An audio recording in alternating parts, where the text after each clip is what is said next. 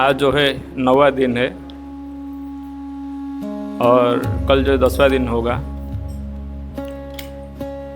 और आज ही निकल रहे घर से विसर्जन के लिए अस्थि। कल पहुंचेंगे, कल करेंगे। तो हमने ये रविवार नाइट में सुने, क्लास के बाद 9:15 साढ़े 9 बजे फ़ोन आया था। तो कोई फ़ोन करके बोले कि प्रभु जी अभी धर्मपुर में नहीं है, प्रभु जी चले गए। मैं बोला ठीक है, चले गए होंगे धर्मपुर से। कभी कभी थोड़ा गुस्सा करते हैं तो चले जाते थे वृंदावन। तो हमें लगा प्रभु जी फिर से वृंदावन गए घूमने के लिए। तो बोले नहीं अभी है नहीं, वो चले गए। मैं बोला है नहीं, चले गए। बोले चले गए होंगे, वृंदावन गए होंगे। और तो वृंदावन नहीं जाते और कहाँ जाते, और तो कहीं जाते नहीं है। थोड़ा क्रोध आता है, थोड़ा नाराज़ होते हैं तो वृंदावन चले जाते हैं। तो बोले नहीं वो चले गए। बोला बार बार क्यों कह रहे चले गए करके। फिर मैंने फ़ोन किया तो पता चला कि अचानक जो इस प्रकार से हुआ है करके। तो बड़े ही दुख का विषय है ये, और ये बहुत बड़ा नुकसान भी हमारे लिए, हाँ, तन से भी और मन से भी बड़ा दुख की विषय है। और ख़ास करके हमें तो सबसे ज़्यादा दुख है, क्योंकि आश्रम में अगर कोई फुल टाइम भक्त में ज़्यादा करके अगर लगाव था तो प्रभु जी से ही था। तन और मन से दोनों तरफ से उनसे ही लगाव था, क्योंकि हम लोग आश्रम में भी जो है साथ साथ रहते थे और काफ़ी दिनों से भी रहते थे और मज़ा मस्ती भी करते थे। वही एक भक्त थे जिनके साथ हम मस्ती करते थे। वो काफ़ी सीनियर भी थे, लेकिन ऐसा उनके व्यवहार से कभी लगा नहीं कि मैं सीनियर हूँ करके। तो बहुत अगर जमता था तो प्रभु जी के साथ ही जमता था, लेकिन प्रभु जी जो छोड़ के चले गए, बड़ा दुख लगा। तो प्रभु जी के साथ पहला मुलाकात, ये मंदिर जब शुरुआत हुआ था या होने वाला था 2015 के आसपास ही, मैंने प्रभु जी का दर्शन जो है यहीं पे ही किया था। शुरुआत में प्रथम बार जो दर्शन हुआ इसी मंदिर में हुआ। और वो गेट के पास, जो बाउंड्री के पास प्रभु जी और प्रियतम प्रभु और भी कुछ भक्त थे, उसके साथ में वहाँ पे घूम रहे थे। और उस समय मैं ज्वाइन नहीं किया था।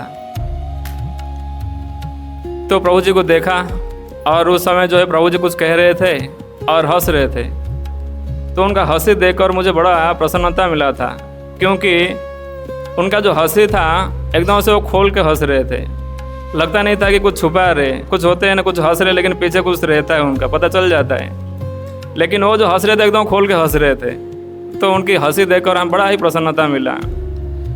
और हमने प्रथम बार इतने मोटे भक्तों को भी देखे, हाँ, क्योंकि उससे पहले यही मेरा पहला मंदिर है और यहीं के भक्त लोग मैं पहली बार ही देख रहा था। उस समय मैं कहीं और नहीं गया था, कोई मंदिर और भी नहीं घूमा था। इसी में मैंने आया रहा था और इसी में ही मैंने ज्वाइन किया था। तो ज़्यादा भक्तों से मेरा परिचित नहीं था, ज़्यादा भक्तों से मिला भी नहीं था। तो उनको देखकर लगा कि इतने मोटे भक्त भी होते हैं क्या, क्योंकि हम 50 किलो के तो प्रभु जी 100 किलो के सीधा सीधा, हाँ। तो इतने मोटे मोटे तगड़े तगड़े भक्त भी होते हैं करके मुझे पहली बार पता चला। तो प्रभु जी के साथ मेरा जो 10-12 साल से हम दोनों साथ में ही रहे और वापी में मिले, वापी में रहे।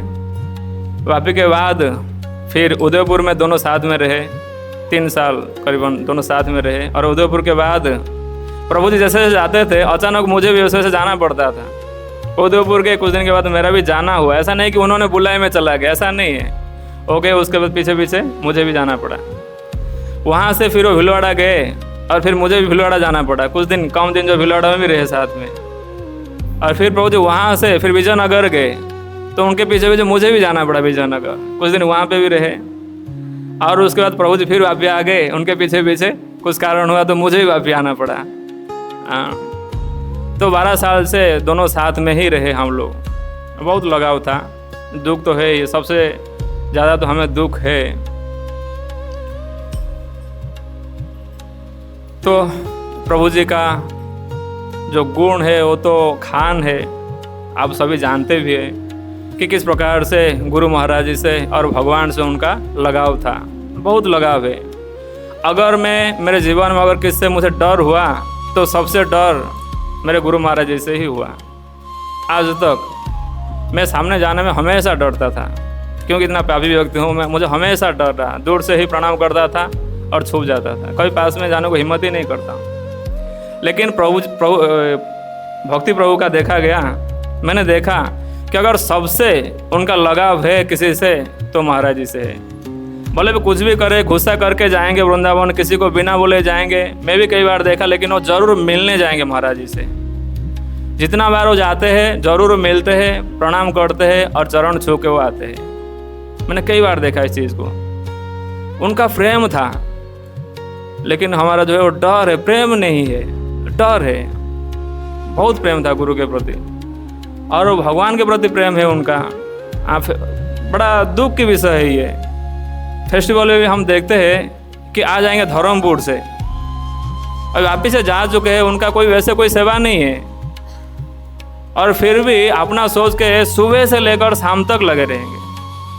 अभी गोवर्धन का निर्माण करना हुआ है, कुछ भी सेवा हुआ फेस्टिवल में, सुबह से आएंगे और देखेंगे, घूमेंगे कहाँ पे क्या है, क्या हुआ है, क्या नहीं हुआ है, और सुबह से ही लग जाएंगे। शाम तक जब तक कार्य हो नहीं जाता है उनको कोई शांति नहीं, हमेशा उसी में लगे रहते। बहुत लगाव है विग्रह से, तो बहुत उनको लगाव है। मैंने कई बार देखा भी हूँ, अपने लक्ष्मी से उन्होंने कई बार राधा रानी के लिए हार बनवाए, सोने का, वो भी ओरिजिनल। और हमारा जो दामोदर है शालिग्राम, उनका आँख भी बनाए थे सोने का, और रिंग भी बनवाते हैं सोने का। इतना लगाव है उनको भगवान से भी।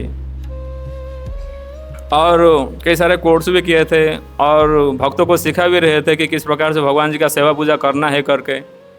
और प्रभु जी हमें भी सिखाते थे कि किस प्रकार से भगवान के पास जो है जाकर सेवा पूजा करना है करके। बहुत लगाव था भगवान से भी। और ऐसा नहीं कि गुरु से और भगवान से, भक्तों से भी बहुत लगाव था। अगर कुछ बड़े श्रद्धा से वो कुछ भी बनाते थे भक्तों को खिलाने के लिए, बड़े श्रद्धा से बनाते थे। और कुछ भी खाने की हम लोग का इच्छा हुआ, कुछ पाने की इच्छा हुआ, तो हम लोग भक्ति प्रभु से फ़ोन करते थे कि प्रभु जी ये जो है पाने की इच्छा हो रहा है, तो बोलते थे कि आ जाओ। जैसे माँ बहन बना के देते, वैसे ही कोई टेंशन ही नहीं था उनको, बोलते थे आ जाओ, रेडी रहेगा। हाँ, तो बहुत प्रेम था। और हम दोनों इसी मंदिर में कुछ दिन जो है किचन में सेवा किए, लगभग 2 साल सेवा किए होंगे किचन में शुरुआत के दिनों में। तो प्रभु जी का मैं हेल्पर था और दूसरे ओर से प्रभु जी का मैं मैनेजर भी था। प्रभु जी ने सेवा दिए थे, मैं बर्तन धोता था और सब्जी काटता था। 2 साल किया। और उनका इंचार्ज भी था मैं। कैसे था? उनको राशन देने की ड्यूटी मेरा था, क्योंकि उनको बोलो 5 लोगों के लिए बनाने के लिए तो बनाएंगे 10 लोगों के लिए। हमेशा जो राशन उनके हाथ से ज़्यादा ही जाता था, वो ज़्यादा ही बनाते थे। इसलिए प्रभु जी बोले थे कि ये राशन देगा तुमको बनाना है। मैं राशन देता था, वो बनाते थे। हाँ, मैं एक दिन बोला कि प्रभु जी हम लोग आश्रम पे 30 भक्त है, तब आप इतना ज़्यादा क्यों बनाते हो? मैं एक दिन पूछा, जब प्रभु जी ने उनको डांटे तो मैंने पूछा उनको कि प्रभु जी आप इतना ज़्यादा क्यों बनाते हो? तो उन्होंने बोले थे एक चीज़, देखो कितना प्रेम है उनका भक्तों के प्रति भी। उन्होंने बोले थे कि प्रभु जी देखो, मैं जब भी कुकिंग करता हूँ मैं चाहता हूँ कि किसी को कम न पड़े, और मैंने जितना आइटम बनाया हूँ ये सब जो है सभी भक्तों को मिलनी चाहिए। भले थोड़ा सा बर्बाद हो, फेंका जाए, मुझे कोई दुख नहीं है, लेकिन सभी को जो है हर एक चीज़ मिलनी चाहिए। हाँ, उनका जो है इतना इस प्रकार से भाव था भक्तों के प्रति भी। हाँ, तो एक दिन का बात है कि प्रभु जी ने उनको बोले कि गेस्ट आ रहे, और जल्दी से हम दोनों थे कुकिंग कर रहे थे और गेस्ट आ रहे, 4 गेस्ट आ रहे और जल्दी से बना उनके लिए प्रसाद। तो प्रभु जी बोले कि ठीक है, और हमें लगा दिया सेवा में, ये लाओ सब्जी, वो लाओ, काटो, सेवा में लगा दिया। मैं काट रहा था। फिर सूरत से 2-4 भक्त आए हुए थे घूमने के लिए, उनको भी किचन में बुला लिए, बोले आओ आज थोड़ा ज़्यादा प्रसाद है, बनाना है। तो उन्होंने भी आ गए। और उस समय पर हम लोग के पास शुरुआत के दिनों में यहाँ पे सिटी 100 था बाइक, तो उसे मुझे बार भेजते थे, जाओ दही लेकर आओ, भिंडी दही बनाना है। फिर भेजते थे कि जाओ मसाला लेकर आओ, वो भी अपने पैसा से। और उनको भी सब लगा दिए सेवा में और बनाने लगे, सब मिलके जो बना रहे थे। और पूरा किचन जो धुआं धुआं हो गया था। तो किचन से होते हुए गैस जो ऑफिस में जाके पहुंचा, तो प्रभु जी ऑफिस में बैठे थे। बोले क्या हुआ, इतना क्यों गैस आ रहा है, स्मेल आ रहा है? प्रभु जी आके देखे, बोले भक्ति तुम क्या कर रहे हो? बोले प्रभु जी आपने तो बनाया, आपने तो बताया कुकिंग करने के लिए। तो उन्होंने पूछा ठीक है, मैं क्या बोला था आपको? क्या आपने बोले थे 40 लोग के लिए बनाने के लिए, और वो बोले कितना थे? 4 लोग के लिए। उनको सुनाई दिया कितना? 40, और वो बनाएंगे कितने का? 80। हाँ, राशन मेरे से मंगाते रहे, उधर से लाओ उधर से लाओ उधर से लाओ, मैं देता गया और उन्होंने बना दिया 80 लोगों के लिए। प्रभु जी पूछे तुम कितने लोग के लिए बना रहे हो? बोले आपने तो बोले 40 लोग के लिए बनाने के लिए। बोले अरे मैं 40 लोग के लिए नहीं बोला, मैं 4 लोग के लिए बोला था। हम क्या कर, हमें तो सुनाई दिया 40 लोग और उन्होंने बना दिए 80 लोग। तो कहने का अर्थ ये है कि प्रभु जो खिलाने में बड़ा रुचि रखते थे। बोले राशन हो या ना हो, जब में पैसा होनी चाहिए, बस लाओ बनाओ खिलाओ भक्तों को। हाँ, तो बहुत प्रेम है उनका, बहुत प्रेम है। और ऐसा लगता भी नहीं था कि प्रभु जी सीनियर है कर, हालांकि काफ़ी सीनियर भी, ऐसा नहीं है। भले कम उम्र में चले गए, और सबसे तो हमें ज़्यादा दुख है मंदिर के लिए भी और उनके परिवार के लिए भी, क्योंकि माता पिता रहते हुए अगर जब बच्चा चला जाता है तो सबसे ज़्यादा दुख तो माता पिता को ही होता है। हम लोग को तो ठीक है दुख तो होता है, लेकिन माता पिता का जो दुख है वो कहा नहीं जा सकता, वो कभी भूल ही नहीं सकते इस बात को। और इसी बात का दुख जो है हमें भी बड़ी ज़्यादा है। और हरे कृष्ण, जय श्रील प्रभुपाद की जय। दंडवत प्रणाम। हम सबके लिए ये बहुत दुख की घड़ी है। मैं बहुत कुछ बोलने के लिए आया, बट मैं बोल नहीं पा रहा हूँ। भक्ति प्रभु मेरे लिए एज के लिए एक छोटा भाई जैसा, same time he was a Guru for me also. ब्राह्मण दीक्षा हुआ, डीटी सेवा कैसा करना के, क्या नहीं करना के, डूस एंड डोंट्स उन्होंने हमें सिखाया है। हम सब रियली हमारा बीच में एक सच्चा ये रखा भाई, जैसे एक वक्त वापिस छोड़ के चला गया है। इट इज ए वेरी बहुत बड़ा लॉस है हमारे लिए। मुझे कुछ अवसर ऐसा मिला भक्ति प्रभु के साथ सेवा करने के लिए, लाइक धर्मपुर में जब भक्ति प्रभु यहाँ से गया, प्रॉब्लम्स बहुत आया, फिनेंशियल प्रॉब्लम्स, किसी और के कुछ ना कुछ प्रॉब्लम्स आया। हमेशा परेशान रहते थे, कुछ ना कुछ फोन करके मेरे से बात भी करते थे। भक्ति प्रभु को कुछ सोल्यूशन देने के लिए मैं लायक नहीं था, फिर भी मेरा जितना मेरे से हो सकते मैं सोल्व करने के लिए कोशिश किया। मुझे उस दिन याद है, मैं कुछ सालों पहले इस्कॉन वापी आया, उसी टाइम पे हमारा संडे फिश प्रोग्राम इवनिंग में होता था। भक्ति प्रभु को मैं पहली बार, भक्ति प्रभु जानने के बाद पहली बार एफएफएल का किचन में मिला। इतना प्यार से सबके लिए प्रसाद बनाता था, और उनका एक डीटी पे होता था भगवान राधा वृंदावन चंद्र जी का। इतना अच्छा श्रृंगार करके छोटा बच्चा हमको बोला के दिखाता था, प्रभु आइए ना देखिए कैसे मैंने इनको सजाया। वो सब मुझे अभी याद आता है। देख लीजिए, वो जब गोलोक धाम गया उसी टाइम पे भी ऐसा सेवा करके गया हुआ है। सभी भक्तों के लिए प्रसाद बनाया, प्रसाद बना के भोग लगाया, फिर स्नान करने के लिए आया। ऐसा शायद ऐसा भाग्य सबको सब कभी नहीं मिलते। सेवा करते करते भगवान के पास गया।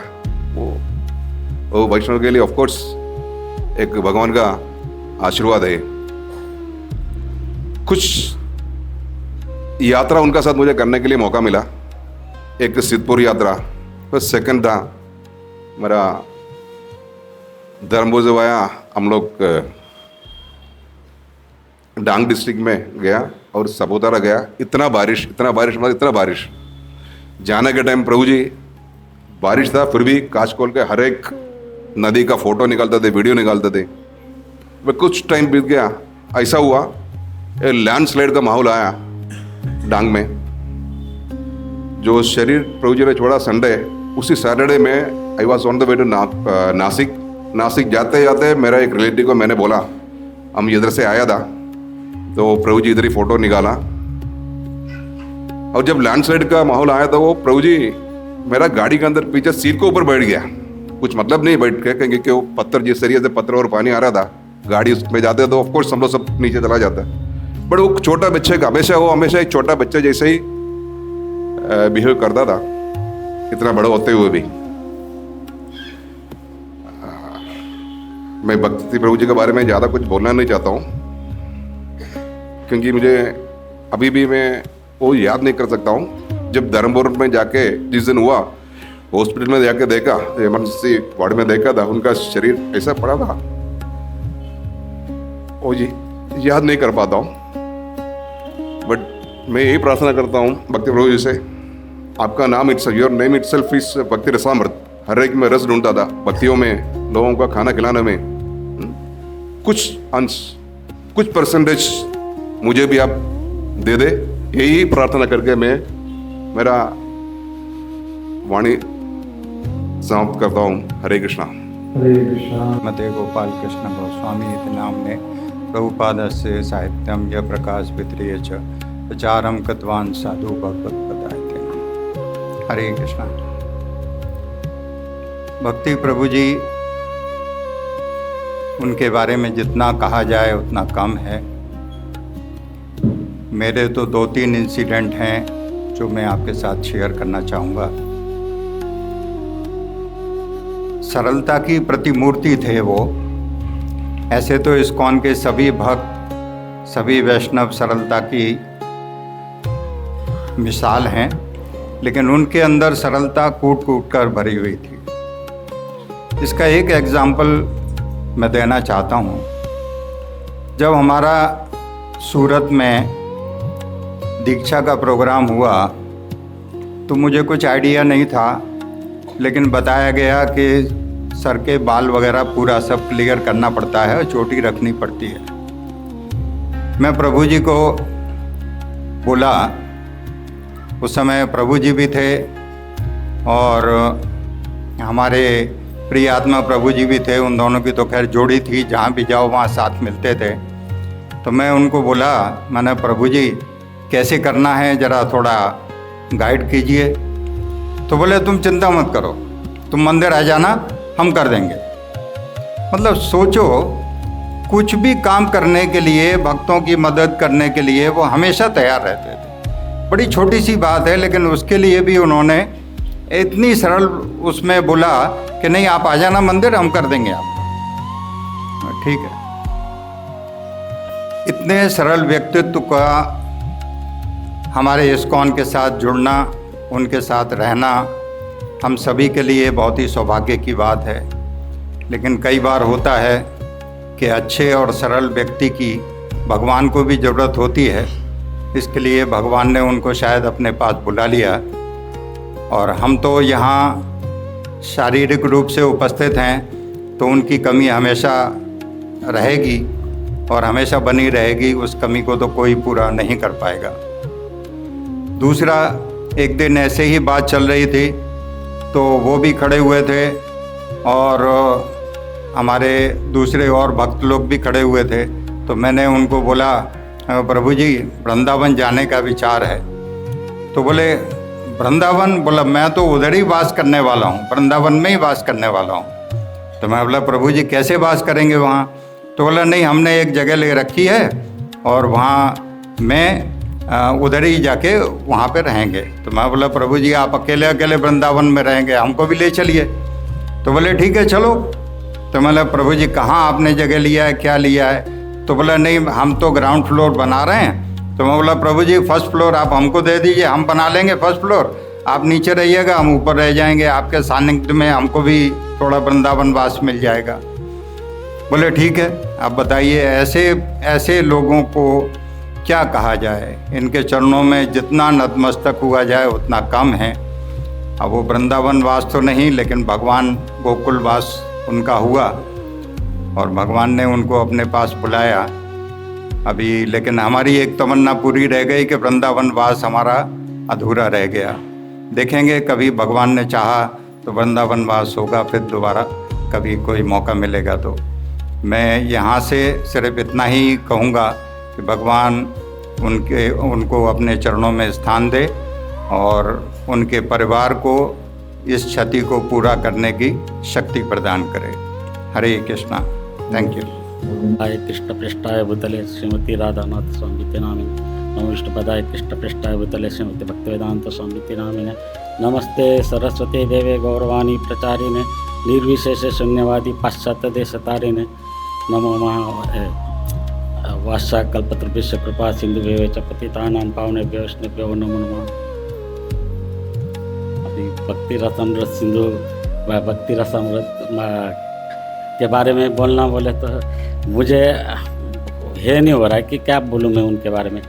उनके बहुत सारे गुण हैं, अच्छे गुण थे उनके। इसमें उनके साथ में मैंने बहुत सारे ऐसे है क्या हुआ संबंध आए, उसमें उनके हमेशा एकदम सरलता दिखाई दी ऐसा। और कभी भी ऐसे इतने प्रेम से रहते थे किसी के भी भक्त के साथ कि वो ऐसा कभी लगा ही नहीं उनके बारे में कि इस तरह से ये अच्छा व्यवहार करने वाले प्रभु जी अपने इसमें से निकल गए ऐसा। अभी आगे उनको एक सचमुच हीरा बोलते हैं तो हम उसको हीरा का कैसे किस तरह से मालूम पड़ेगा कि हीरा कैसे है। तो मुझे एक ऐसा अनुभव आया था कि मैं 31 दिसंबर को मेरा तबीयत ख़राब हो गया और मैं 31 दिसंबर को रात को मैं 2 बजे मेरा तबीयत अचानक ख़राब हो गया और मैंने देखा कैलेंडर में कि आज एकादशी है और मैं घर में अकेला था, माताजी दूसरे गांव में गई थी। तो मेरा इतना तबीयत ख़राब था कि मेरे को लगा कि अभी मेरा ये प्राण ही छूट जाएगा क्या। तब मैंने माला लिया और ये क्या कि अच्छा एकादशी का दिन है और अच्छा बात है कि अपने को ये होएगा। तो मैं माला करना चालू किया और ये करना चालू। मेरा तबीयत तो बिगड़ रहा था, मैं एडमिट भी हो गया। मगर देखो कि वो अगर आपको हीरा जानना है तो पहले ख़राब अच्छी चीज़ के साथ में बुरा चीज़ समझ लेना पड़ेगा। उस दिन का दिन अच्छा था, एकादशी था, मगर मेरे को कुछ नहीं हुआ, मैं एकदम आराम से वापस अच्छा होके आ गया। मगर देखो भक्ति प्रभु का अमावस्या का दिन ये हुआ है। मगर देखो कि अगर भगवान को चाहते हैं तो उन अपने सेवा में तुरंत उनको ले लिया, कौन से भी बहाने से। उनके अलग तरीके से तकलीफ था, ये था, मगर खाली वो तो बहाने हो गए कि इस तरह से। मगर भगवान ने उनको उनकी वृंदावन की जो तृष्णा है वो पूरी की ऐसा है और उनको गोलोक में लेके गए ऐसा। तो उनका जो दिन है वो अगर हम लोग भक्तों के बारे में सोचेंगे तो उसका दिन नहीं देखा जाता है। उनका भगवान के साथ जो रिश्ता है उसके हिसाब से उनको अपने आप शुद्धता के हिसाब से उनको मिल ही जाता है उनको गोलोक वृंदावन। मगर हमारे जैसे भक्तों को नहीं मिल सकता है क्योंकि हम लोग इतने कर्म में फंसे हुए हैं कि हमको ये आसानी से नहीं मिलेगा, हमको बहुत सारा प्रयास करना पड़ेगा इस तरह से। तो इस तरह से वो हीरे है ये समझ में आता है हमको ऐसा। और उनका हमारे ऊपर इतने सारे रूल्स है, वो रूल मैं सोचता मैं नहीं समझ सकता हूँ कि कैसे हम लोग ये कर सकेंगे, क्योंकि उन्होंने बहुत सारे इधर सेवा दे के हमें बहुत सारा इम्प्रूवमेंट कराया ऐसा है। एक उनके जो अपन भजन सुनते हो तो भजन में से भी मालूम पड़ता है कि कितना उसमें रस था ऐसा। उनका प्रसाद के लिए तो जो बनाते थे वो तो है ही रस उसमें, मगर भजन सुनेंगे तो भजन के भी एक एक भजन से उनको हमको मालूम पड़ता है कि क्या उसमें है रस है ऐसा है। तो उसका करे तो बहुत ही कम पड़ेगा। ऐसा है जैसे वृंदावन को उनकी तृष्णा थी और वो वृंदावन जाना चाहते थे, तो उसके पहले प्लानिंग किया भगवान ने प्लानिंग किया। भक्तिपाद महाराज को बोले कि इनको सेवा दो धर्मपुर की, और धर्मपुर में जहाँ पहले सेवा उनको मिली थी उधर देखेंगे तो वृंदावन का थोड़ा सा ये है उधर कि नदी किनारा था, उधर रहने में झाड़ी झूड़ी वो है वन है। इस तरह से उनको पहले अनुभव दिया। अनुभव देने के बाद फिर उनको देखा कि वो ये वृंदावन तुम जो जान रहा है वो तो सीमेंट का अभी पूरा सीमेंट के रास्ते बन गए, सीमेंट का ये बन गया, और सही वृंदावन जो है वन है, और वो वन के इसमें तुम ये करना चाहते हो तो पहले इसका अनुभव लो। और वो अनुभव के साथ में उनको पहले अनुभव दिया छोटा सा, बाद में सचमुच भगवान ने उनकी तृष्णा पूरी की और उनको भगवान ने उनके धाम में लेके गए। तो बस इतना ही बोल सकता हूँ मैं इसके बारे में, ज़्यादा नहीं। हरे कृष्णा। सभी लोग भक्ति के गुणगान गा रहे हैं। मैं इतना ही बोलने का प्रयास करूँगा। जब मैं 2021 में मंदिर में आया, उनके हाथ पकड़ के कैसे श्री विग्रह को सेवा करते हैं, कैसे विग्रह को हाथ पकड़ के सिखाया, कैसे उनको श्रृंगार, कैसे उनका स्वरूपाचार विधि, कैसे उनका साड़ी पहनाना, ये हर पल भक्ति प्रभु हमको सिखाया। और भी कैसे भगवान के प्रति विग्रह को अपराध ना हो, ये भी उन्होंने विशेष करके सिखाया।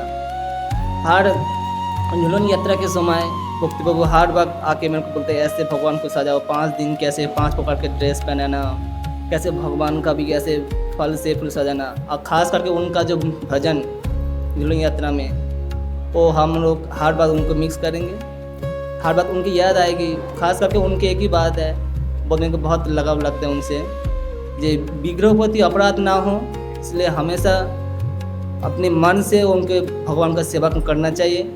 तो मन से भगवान का सेवा करने से ही आपको संतुष्टि मिलता है। हरे कृष्ण। जैसे है कि ओम ज्ञानतिमिरान्धस्य ज्ञानांजनशलाकया चक्षुरुन्मीलितं तस्मै श्री गुरवे नमः। जैसे है कि प्रभु जी से सब भाई बहुत लोगों को इधर हम देखेंगे तो उनसे थोड़ा बहुत शिक्षा मिला होंगे, मुझे भी मिला था। सो मेरा भाग्य है कि ऐसा कोरोना समय में इधर 5-6 दिन के लिए आया था, इधर 6 महीने रुक गए थे। सो इसकी वजह से मुझे उनके संग प्राप्त हुई थी। सो लगभग 6 महीने में हम सब लोग इकट्ठा होकर ब्रह्मचारी लोग, रमे प्राण प्रभु इधर जो है कि मंदिरवासी हैं, सो फुल टाइम वक्त इधर रहा करते थे। सो इसके वजह से मुझे बहुत उनसे शिक्षा मिला। सो मैं जो है कि उनको शिक्षा गुरु भी मानता हूँ। सो इसलिए हर एक व्यक्ति जो शिक्षा हम इनसे जो भक्तों से प्राप्त करता है, सो उसको अच्छा तरीके से पालन करना चाहिए। वो जाने के बाद उनको उसी प्रकार पूजा भी करना चाहिए। सो बाहर नहीं हो पाता तो कम से कम आपके हृदय से करना चाहिए। ये जो है कि आज बहुत बढ़िया मौका है। सो भक्ति रसामृत प्रभु को अपने दिल से पूजा करने के लिए आज बहिरंग से और अंतरंग से, जैसा है कि मुझे ऐसा शिक्षा मिली थी, जैसा है कि उस समय मुझे रसोई बनना नहीं आता था उतना।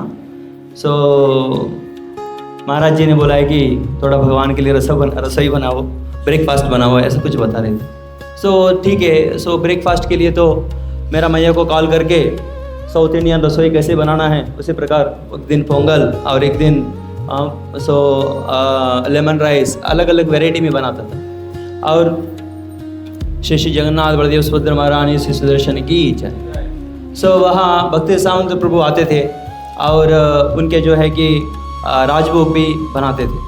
सो मोस्टली लगभग जो है कि कोरोना समय में राजभोग उन्होंने बनाए थे लगभग, जैसे है कि उन्होंने वो बनाते हैं अगर कोई ग्रोस नहीं तो। सो क्योंकि बाहर से भी लोग अलाउड नहीं हैं तो वही बनाते थे। और उनसे ऐसा मुझे शिक्षा प्राप्त हुई, क्योंकि जो है कि राइस बनाना ये तो नॉर्मल है, लेकिन मैं कभी नहीं देखा है कि ये जो स्वीट राइस है उसको तड़का मारता है। साउथ इंडियन में क्या है कि तड़का नहीं मारता। हम खास करके प्राय देखेंगे तो अलग प्रकार की होती है उधर, जो है कि इवन दूध भी इस्तेमाल नहीं करते हैं उधर। जो है कि जो स्वीट राइस है गुड़ से बनाते हैं और राइस को अच्छा पिघलाते हैं, अच्छा टेस्ट लेके आता है। लेकिन नॉर्थ इंडियन में स्पेशल है और बंगाल में स्पेशल है कि उसको अच्छे से तड़का मारते हैं। सो प्रभु जी क्या है कि बहुत बढ़िया बना रहा था। सो तब उनसे पूछा था प्रभु जी मुझे ये सिखाओ करके। तब उन्होंने ये जो है खीर कैसे बनाना है ये पूरी तरीके से सिखाया था। सो उसमें क्या है कि जैसा वो क्या बोलते हैं ग्रेप्स है ना, वो डालेंगे तो एकदम फूल फूल होती थी, इतना बढ़िया रसोई बनाते थे। सो वही नहीं है, इवन चपाती भी सारी चीज़ जो है कि 1.5 घंटा में भगवान के लिए राजभोग बहुत दिल से प्रेम से बनाते थे वो। इसलिए इसके ऊपर ध्यान देना चाहिए। आजकल लोग सोचते हैं कि कोई रसोई बनाते तो वो कुक है, इसी प्रकार नीच सोचते हैं। सो इसको विचार जिनके पास है वो कभी भी भक्त नहीं बन सकता है, क्योंकि चैतन्य चरितामृत में हम देखेंगे चैतन्य महाप्रभु के लीलाओं में 30% कितना परसेंट 30% जो है रसोई के ऊपर है। क्या क्या रसोई बना के भक्तों को खिलाते हैं और क्या क्या रसोई बना के भगवान को खिलाते हैं, उसमें आपका प्रेम भगवान को खिला सकते हैं। जिस प्रकार प्रभु जी भी बहुत अच्छा उदाहरण दिए थे जो है कि मंगल आरती भी इससे भी बहुत अधिक इम्पोर्टेंट है, जो है कि भक्तों को प्रेम करना और भक्तों को सेवा करना और भगवान को सेवा करना। वही नहीं है, जैसे कि हम एक जो जुरण यात्रा किए थे और कोरोना समय में और बहुत सारे जो है कि भजन से कीर्तन से उसमें बहुत प्रेम से भाग लेते थे और उसमें उनके विग्रहों के प्रति, खास करके विग्रह श्री राधा कृष्ण, उनके पास एक विग्रह है ना, उनके प्रति बहुत प्रेम थी। इसकी वजह से उसको बहुत अच्छा सजावट करते थे और उन्होंने मुझे बुलाए थे, देखो देखो मेरा जो श्री राधा कृष्ण है। मुझे बहुत अच्छा लगता था उनसे। और एक बार जैसा है कि ये कोरोना हो गया, बीच में थोड़ा एक गैप आया था। कोरोना में 2 फेज़ था, फेज़ 1 फेज़ 2। जैसा है कि फेज़ 1 फेज़ 2 के बीच में थोड़ा गैप आया था, तब मैं मायापुर गया था। मायापुर में प्रभु जी मिला। उन्होंने मिलके भगवान को श्री राधा माधव अष्टसखी को देखते हुए उनको मैं बोलता हूँ कि बहुत अश्रुधार आ गई थी। ये देख के मैं सोचा है कि ये व्यक्ति साधारण व्यक्ति नहीं है, ये जो है कि भगवान के प्रति बहुत भाव है। ऐसा है कि कोई इधर मायापुर आके कोई रोए क्या भगवान के लिए? कोई नहीं। ये जो है कि किसी और को बताने के नहीं है। प्रभु जी अभी भगवत धाम चले गए, इस प्रकार वो रोए हैं। मैं जहाँ बगल में था तो तब मुझे आलिंगन करके और रो रहे थे। ये है भक्तों का लक्षण है, जो है कि भगवान के प्रति अपने जो हृदय कोमल होना चाहिए और जो सिस्टम के प्रति बहुत कड़क होना चाहिए। और इसी प्रकार उनको क्या है कि बहुत इच्छा है कि इस पंचरात्र में और निपुण हो जाए और सभी लोगों को सिखाने के लिए बहुत इच्छा थी। और भी प्रभु जी और इधर अथॉरिटी के द्वारा क्या है कि दमन में भी आयोजन किया है ये जो पंचरात्र प्रदीप का कोर्स। प्रभु जी भी बहुत अच्छा किए थे। उसी प्रकार क्या है कि प्रभु जी से इधर लगभग सभी लोगों को कुछ ना कुछ शिक्षा मिला होंगी, है ना। किन किन को शिक्षा मिला है हाथ उठाइए। हरि बोल। हरे कृष्णा कृष्णा कृष्णा हरे हरे, हरे राम राम राम हरे हरे। पादाय कृष्ण पृष्ठाय भूतले श्रीमते गोपाल कृष्ण गोस्वामी नामने प्रभुपादस्य साहित्यम यम प्रकाश्य वित्रय प्रचारम तत्वान साधु भगवत्पादाय। मैं जय श्री कृष्ण चैतन्य प्रभु नित्यानंद श्री अद्वैत वांछा कल्पतरुवस्य कृपा सिंधु पैतानां पावनेभ्यो वैष्णवेभ्यो नमो नमः। भक्ति प्रभु के विषय में सभी लोग इस प्रकार से बता रहे हैं, तो काफ़ी लगाव उनके प्रति सभी का है भक्तों का, और सबके साथ उनका कुछ ना कुछ ऐसे पल हैं जो उन्होंने भक्तों को प्रेम करते हुए जो उन्होंने साथ दिया है, संग दिया है। एक बार 1-2 इंसिडेंट में बताऊंगा किस प्रकार से वो मेरा उनके साथ में कैसे कैसे डीलिंग हुआ। उनका डीटी के प्रति अटैचमेंट आपने 2-3 भक्तों के द्वारा सुना, उसका एग्जाम्पल मैं आपको बताऊंगा। डीटी के प्रति अटैचमेंट कितना ज़्यादा था उनको और कितना केयर करते थे। एक बार क्या हुआ, यहाँ पे सभी 3 जगह के वापी, दमन और सिलवास के जो डीटी थे, जगन्नाथ बलभद्र सुभद्रा, वो मेकअप के लिए आए थे, मेकओवर के लिए। तो मैं कहीं बाहर बिजी था, जब डीटी रेडी हो गए तो मैंने एक हमारे भक्त को बोल दिया कि आपके डीटी, हमने सिलवास की डीटी लेके आ जाओ वहाँ से। तो वो मुझे फ़ोन पे बोले कि हमारे छोटे हैं क्या? मैं छोटे क्यों, हमारे बड़े हैं। मैं समझा दमन के कंपेटिव हमारे थोड़े बड़े हैं, लेकिन धर्मपुर के मैं ध्यान ही नहीं दिया, धर्मपुर के डीटी भी है वहाँ पे। तो उन्होंने क्या किया, गलती से धर्मपुर के डीटी लेके सिलवास चले गए। मैं बोला डीटी तो बड़े आ गए, ये कहाँ से ले आए? वापी के हैं नहीं, दमन के तो इससे छोटे हैं हमारे से, ये डीटी कहाँ से? मेरे ध्यान फिर ना कि धर्मपुर के भी वहाँ आए थे क्या? मैं बोला हो सकता है, मुझे लग रहा उन्हें। तो 5 दिन ऐसे निकल गए। जब भक्ति प्रभु पहुँचे, अपना देखे हमारी डीटी, तो यहाँ आए डीटी देखे तो उनको हमारे छोटे रखे थे उनके कंपेटिव। तुरंत फ़ोन किए मेरे को, धर्मदेव प्रभु कहाँ हो? मैं सिलवास में ही हूँ। अरे आपके डीटी ले गए क्या? मैं हाँ ले गए। देखा आपने कैसे? आपकी डीटी ले गए हो? मैं तो नहीं ले गया, हमारे भक्त आए थे और ले गए। कैसे डीटी ले गए आपको? मेरे डीटी ले गए आपको। पूरा एकदम डिसाइड हो गए, गुस्सा हो गए, पूरा क्रोधित हो गए। अरे प्रभु जी क्या हो गया? गलती हो गई होगी, गलती से ले गए होंगे। अरे ऐसे कैसे ले गए गलती से? जो सेवा करता है उसको पता होना चाहिए डीटी का साइज क्या है, मेरे डीटी का। ये देखिए, ये जो बात है ना, कितनी परफेक्ट बात बताई उन्होंने। इस बात में बहुत कुछ है। जो व्यक्ति डीटी की सेवा करता है उसको पता होना चाहिए मेरे डीटी का साइज क्या है। डीटी के प्रति अटैचमेंट ये होता है। अब देख के डीटी को बता दोगे मेरे डीटी है कि नहीं है, इसका मतलब आप सेवा भाव अच्छे से नहीं करते, इसलिए आप उनको अपनी डीटी को पहचान नहीं पाए। इसलिए मुझे डांट रहे थे कि आप पहचान क्यों नहीं पाए अपनी डीटी को। मैंने तो यहाँ पहचान लिया था, तो फिर आपने बताया क्यों नहीं? देखा, तो यहाँ पता लग रहा है डीटी के प्रति अटैचमेंट कितना था उनको। वो एक्सपेक्ट करते हैं दूसरे से भी। हर एक व्यक्ति जो डीटी की सेवा कर रहा है वो डीटी को उसी भाव से पहचान लेना चाहिए, देख के मेरे डीटी हैं या नहीं है। इतना अटैचमेंट था उनका। दूसरा, समर्पण और ऑनेस्टी, ईमानदारी, ये उनसे सीखने जैसा था। एक बार क्या हुआ, सूरत में हमारे कुछ भक्तों के 30 भक्त जैसे हमारे सिलवास के थे, उनकी दीक्षा हुई और वो दीक्षा 2 दिन में संपूर्ण हुई थी। तो पहले दिन नाम मिला और दूसरे दिन हवन होना था। तो किसी कारणवश हमारे 3 डिवोटी जो बाहर से आए थे उनको जाना था, तो वो चले गए, हवन में नहीं बैठ पाए। जब हवन में नहीं बैठ पाए तो मैंने प्रभु जी को बोला, पहले मैंने रमाई प्रभु जी से पूछा क्या कर सकते हैं। बोले कुछ बताएंगे, करेंगे, कुछ बात करेंगे, अथॉरिटी से बताएंगे ऐसा। फिर मैंने उनको बोला प्रभु जी को, मैं बोला प्रभु जी हमारे कुछ भक्तों का 3 भक्तों का हवन नहीं हुआ है, तो वो हवन आप करा देंगे क्या? अरे ऐसे कैसे हवन करा देंगे हम प्रभु जी, ऐसे हम हवन कैसे करा देंगे? अथॉरिटी से बिना पूछे, महाराज को बिना पूछे थोड़ी हवन करा देंगे हम ऐसे। और उनको जाना ही नहीं चाहिए था, गए क्यों वो? तो उनका ये था, मैंने सोचा कि प्रभु जी हवन करते हैं, ये हवन भी करा देंगे तो उनका काम हो जाएगा। बोले ऐसे कैसे करा देंगे हम हवन, जब तक महाराज जी आदेश नहीं देंगे ऐसे कैसे कर देंगे हम? यानी ये जो ऑनेस्टी, ईमानदारी, जो कार्य है वो proper channel, through proper channel विधिवत होना चाहिए। कुछ भी इधर उधर शॉर्ट जो वे है नहीं अपनाना चाहिए। ये उनकी शिक्षा थी। और एक बार उन्होंने हमारे सिलवास में डीटी वर्शिप कोर्स कराया था हमारे भक्तों को, तो भक्तों ने बहुत गंभीरता से नहीं लिया।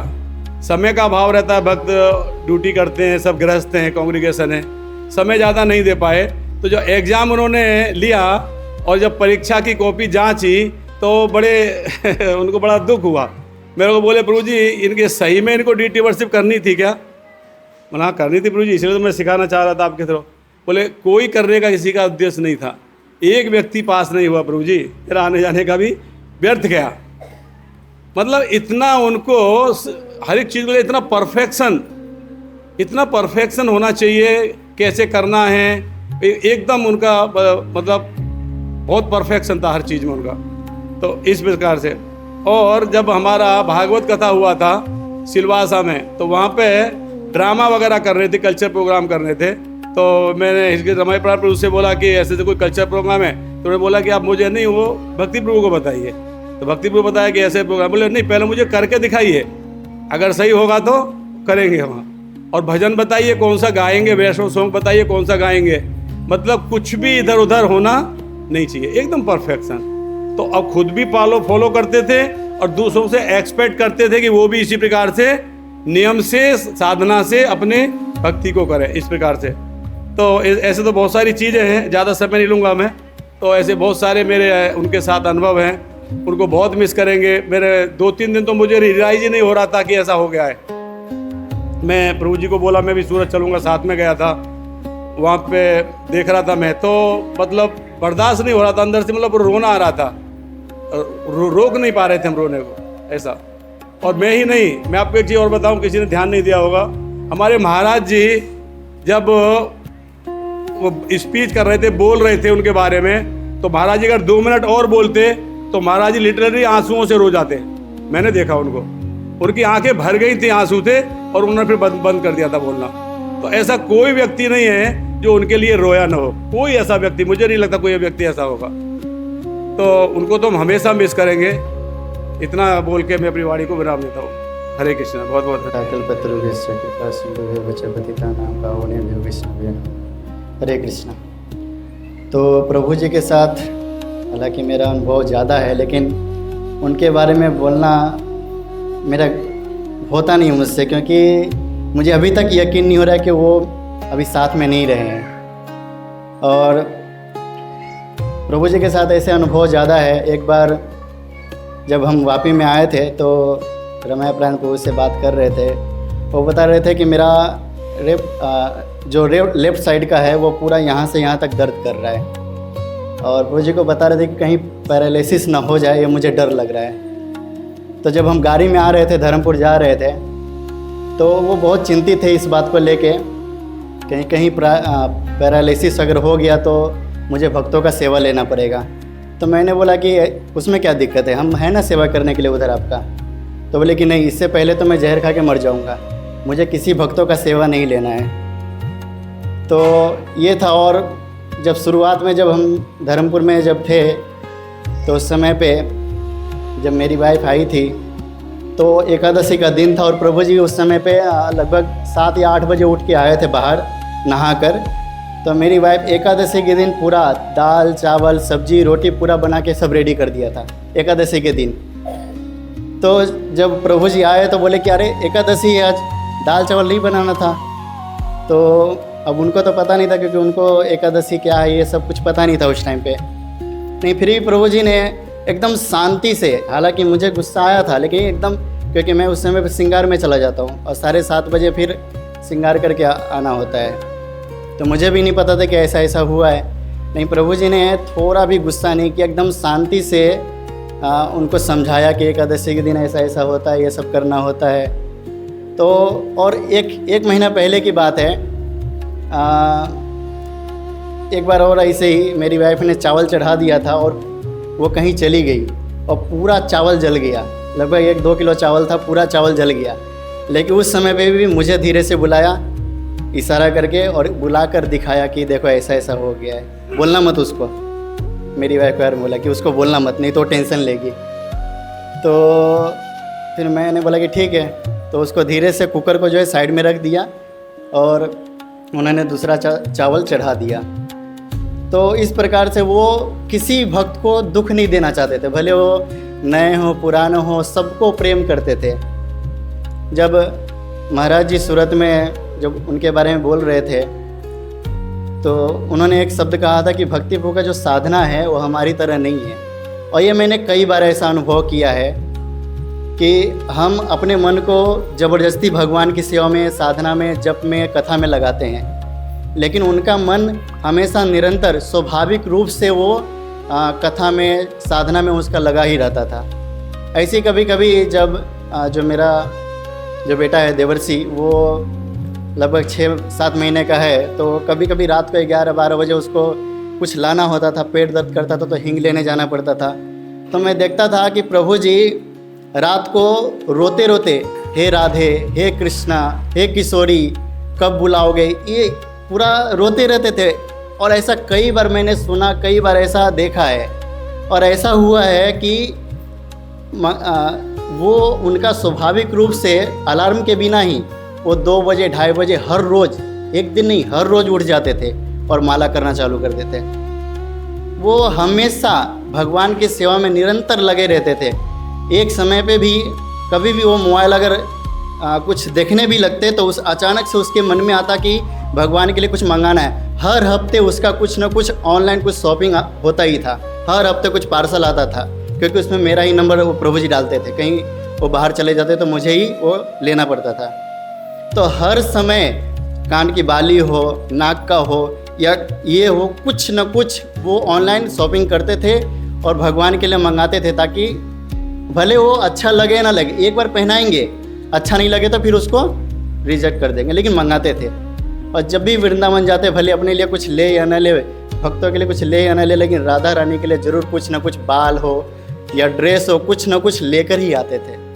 मतलब उनका प्रेम स्वाभाविक रूप से भगवान के प्रति था। ऐसे बहुत सारी चीज़ें हैं प्रभु जी के बारे में, लेकिन जब ज़्यादा मैं बोलता तो फिर ये हो जाता, इसके लिए मैं ज़्यादा नहीं बोलूँगा। हरे कृष्णा। कल्पतरुर्वश्च कृपा सिंधुभ्यश्च पतितानां पावनेभ्यो वैष्णवेभ्यो नमः। आज भक्ति प्रभु के बारे में कल भी हुआ धर्मपुर में, और आज भी यहाँ हो रहा है। बहुत सारे लोगों ने बहुत अच्छे अच्छे गुण उनके बताए, क्योंकि वो गुणों के भंडार थे। वो अजात शत्रु थे, उनका कोई भी दुश्मन नहीं था। वो सबसे हंस के ही बोलते थे, सबसे हंस से ही बात करते थे। कभी कुछ तनाव भी हुआ तो आधे घंटे में वो सब कुछ भूल जाते थे और वापस पहले जैसा ही नॉर्मल बिहेव करते थे सबके साथ। मुझे तो वो माँ करके ही बुलाते थे। कई बार मेरे स्वभाव के अनुसार मैं उनको डांट देती थी कोई कारण से कि प्रभु जी ये सही नहीं हुआ। थोड़ी देर के बाद फिर मुझे रियलाइज़ होता था, मैं उनको मैसेज करती थी तो वो मुझे वॉइस मैसेज करते थे। आज वो वॉइस मैसेज को मैं सुनती हूँ, मुझे बोलते माँ का तो स्वभाव होता है बच्चों को डांटने का, और इसमें कोई गलत नहीं है, ये उनका शब्द रहता था। तो मुझे इतना अच्छा लगता था। तो कभी भी मन में होता है ना कि हमने अपराध कर लिया एक भक्त के प्रति, लेकिन वो कभी भी उस चीज़ को अपराध के रूप में नहीं लेते थे। इसलिए हम निश्चित रहते थे उनसे साथ बात करने के लिए। कोई भी फेस्टिवल हुआ हो वापी में, और उनकी कमी हमारे लिए ऐसी रहेगी, क्योंकि कोई भी फेस्टिवल उनके बिना नहीं हुआ है। चाहे वो रथ यात्रा हो, जन्माष्टमी हो, यज्ञ हो। हम लोग इतने आलसी हैं कि कोई भी फेस्टिवल में कभी भी लिख के नहीं रखा कि कौन से आइटम चाहिए।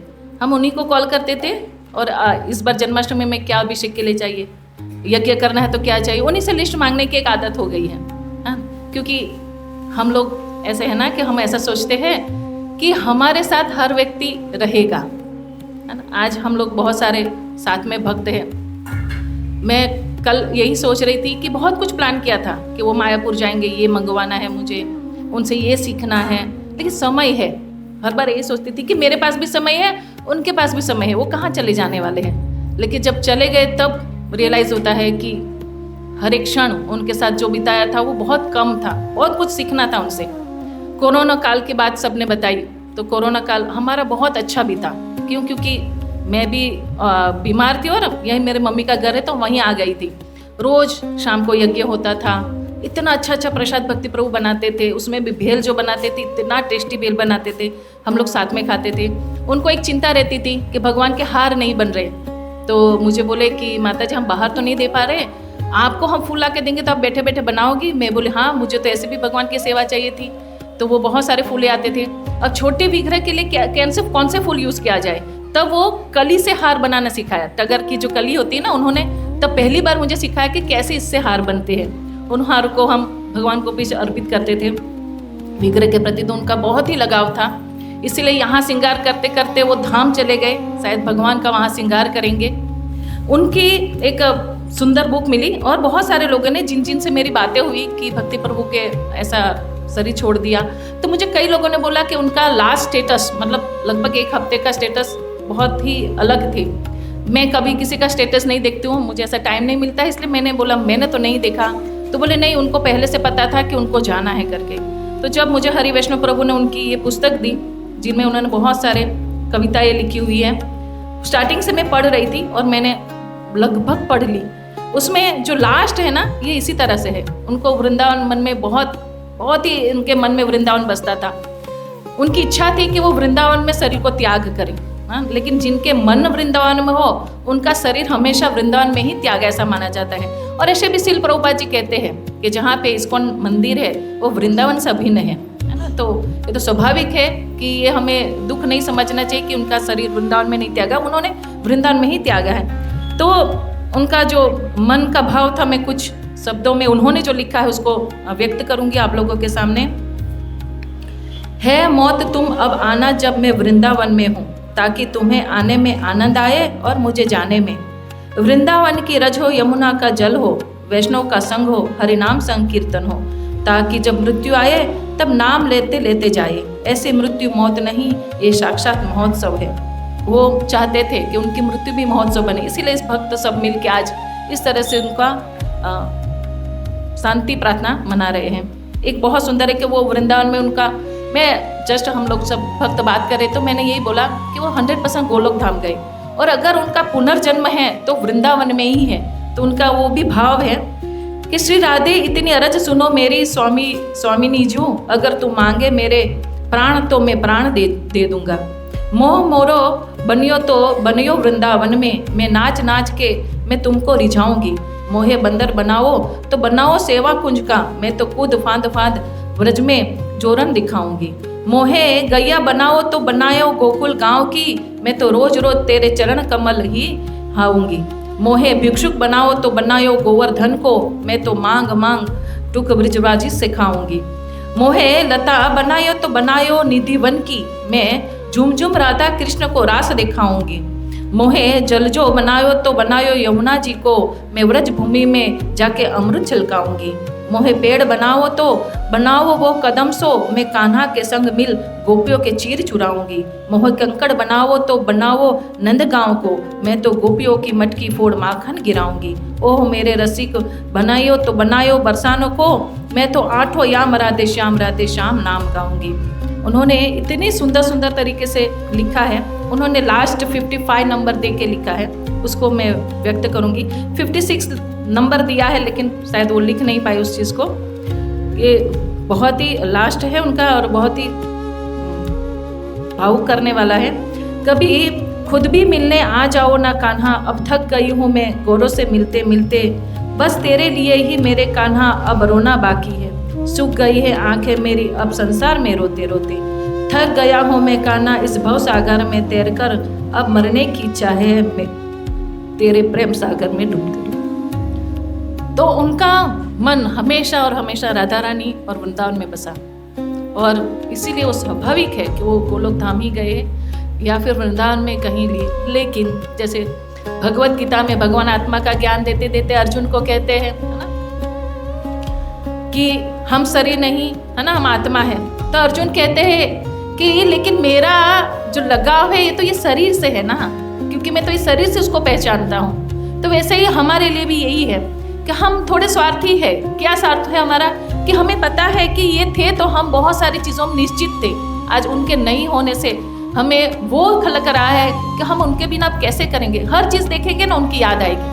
कोई फूल का कलर, क्योंकि फेस्टिवल में कौन से कलर के फूल आएंगे, कौन से कलर के वस्त्र बनेंगे, हर चीज़ वही डिसाइड करते थे। और उनके बिना तो जैसे अब क्या करेगा, हमें करना ही पड़ेगा, लेकिन बहुत अधूरापन लगेगा। कोई उत्सव ऐसा नहीं होगा जिसमें हम उनको याद नहीं करेंगे। और ये मंदिर जल्दी से जल्द बन जाए, ये उनकी बहुत बहुत इच्छा थी, क्योंकि ये बनने के बाद उनको वृंदावन चले जाना था।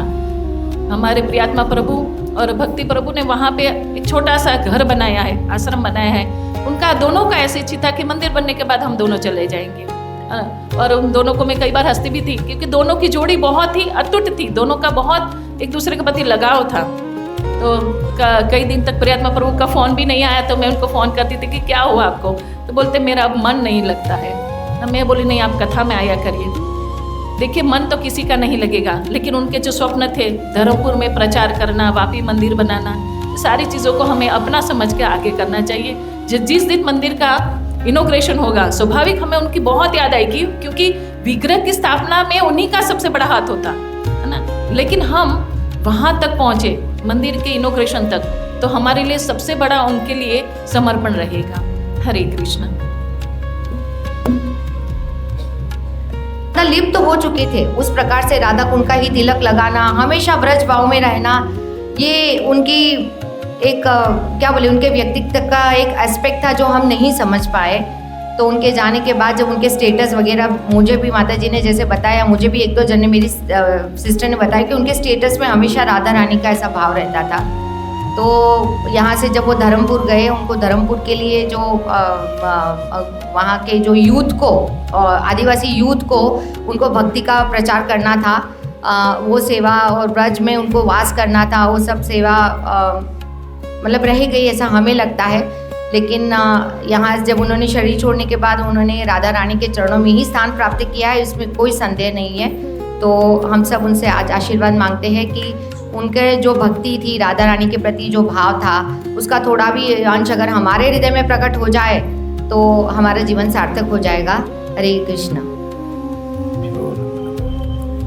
हरे कृष्णा कृष्णा कृष्णा हरे हरे, हरे राम राम राम हरे हरे।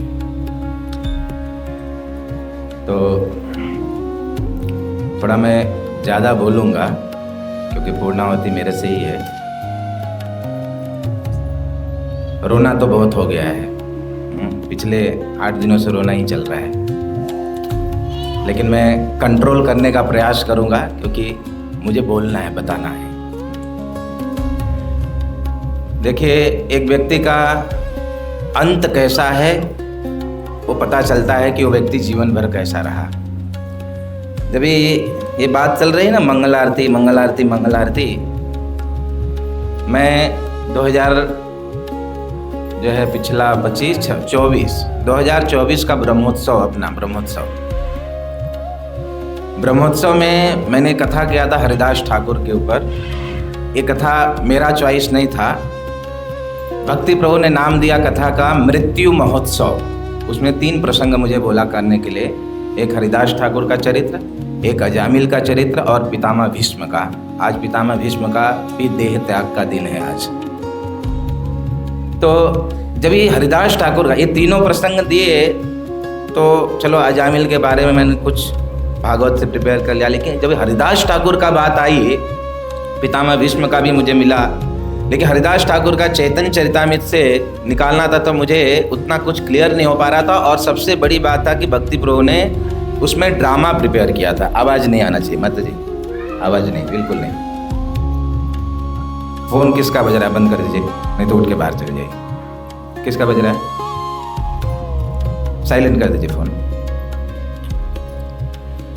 तो जब ये हरिदास ठाकुर के बारे में उन्होंने ड्रामा प्रिपेयर किया था, तब मुझे उन्होंने तैयारी कराया। आए मेरे साथ में 2 घंटा मेरे साथ में रहे, कैसे तैयारी करना है। तो उन्होंने एक चैतन्य चरितामृत में हरिदास ठाकुर के प्रसंग को लेकर, उनके जो है अंत समय का प्रसंग को लेकर कैसे करना है, मुझे पूरा कैसे बोलना है, कैसे क्या करना है, पूरा लिख के एक स्क्रिप्ट मुझे दिया। मैं अभी बैठ के वही निकाला, मेरा नोट्स है, उन्होंने जो दिया है मैंने मेरे नोट्स में इंसर्ट किया उसको, जिसमें हरिदास ठाकुर का अंत समय श्री चैतन्य महाप्रभु से प्रार्थना कर रहे हैं। हरिदास ठाकुर चैतन्य महाप्रभु सामने हैं और चैतन्य महाप्रभु को हरिदास ठाकुर लेटे हुए चैतन्य महाप्रभु को निवेदन, भगवान को निवेदन कर रहे हैं। और ये भक्ति प्रभु ने मुझे एक टोन भी सिखाया कि ऐसा ही बोलना कथा में, क्योंकि ड्रामा है, बिल्कुल गड़बड़ नहीं होना चाहिए। तो हरिदास ठाकुर अंत समय में भगवान को अपना हृदय जो है अपना उद्गार व्यक्त कर रहे हैं कि क्या चाहिए मुझे। तो हरिदास ठाकुर कह रहे हैं, हृदय दरिबो तुम्हार चरण कमल, नयन देखिबो तुम्हार ए चांद बदन, नयने देखिबो तुम्हार चरण कमल। अंत समय मेरा कैसा होना चाहिए? आपका चरण कमल और आपके भक्तों की संगति, आपके भक्तों की सेवा करते हुए और आपके चरणों का दर्शन करते हुए, ये मेरी स्थिति अंतकाल में होना चाहिए प्रभु। और नयन से मैं आपके दर्शन करूं। और जीवा कैसा होना चाहिए? जीवा उच्चारिबो श्री कृष्ण चैतन्य नाम, यही मत मोर इच्छा छाड़े बेपरान।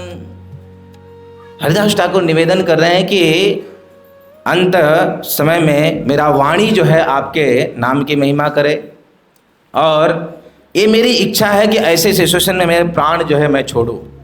ये बहुत बड़ी इच्छा है। और चैतन्य महाप्रभु सामने, हरिदास ठाकुर ने उस प्रकार उनके सामने उनकी इच्छा को पूरा भी किया। तो मैं जब भक्ति प्रभु ने ये दिया तो बोले बहुत करुण प्रसन्न, और वो थोड़ा भावुक हो गए। बोले ये सौभाग्य हम सभी को भी मिलना चाहिए ये भाव, ये सौभाग्य, इस प्रकार का अंत समय सबका होना चाहिए। ऐसी प्रार्थना करना चाहिए, भगवान हमको भी भाव दे। इस प्रकार के वो बड़े भावुक होने लगे और तुरंत उन्होंने एक बात बोला कि चलो इसको हिंदी में कर देते हैं।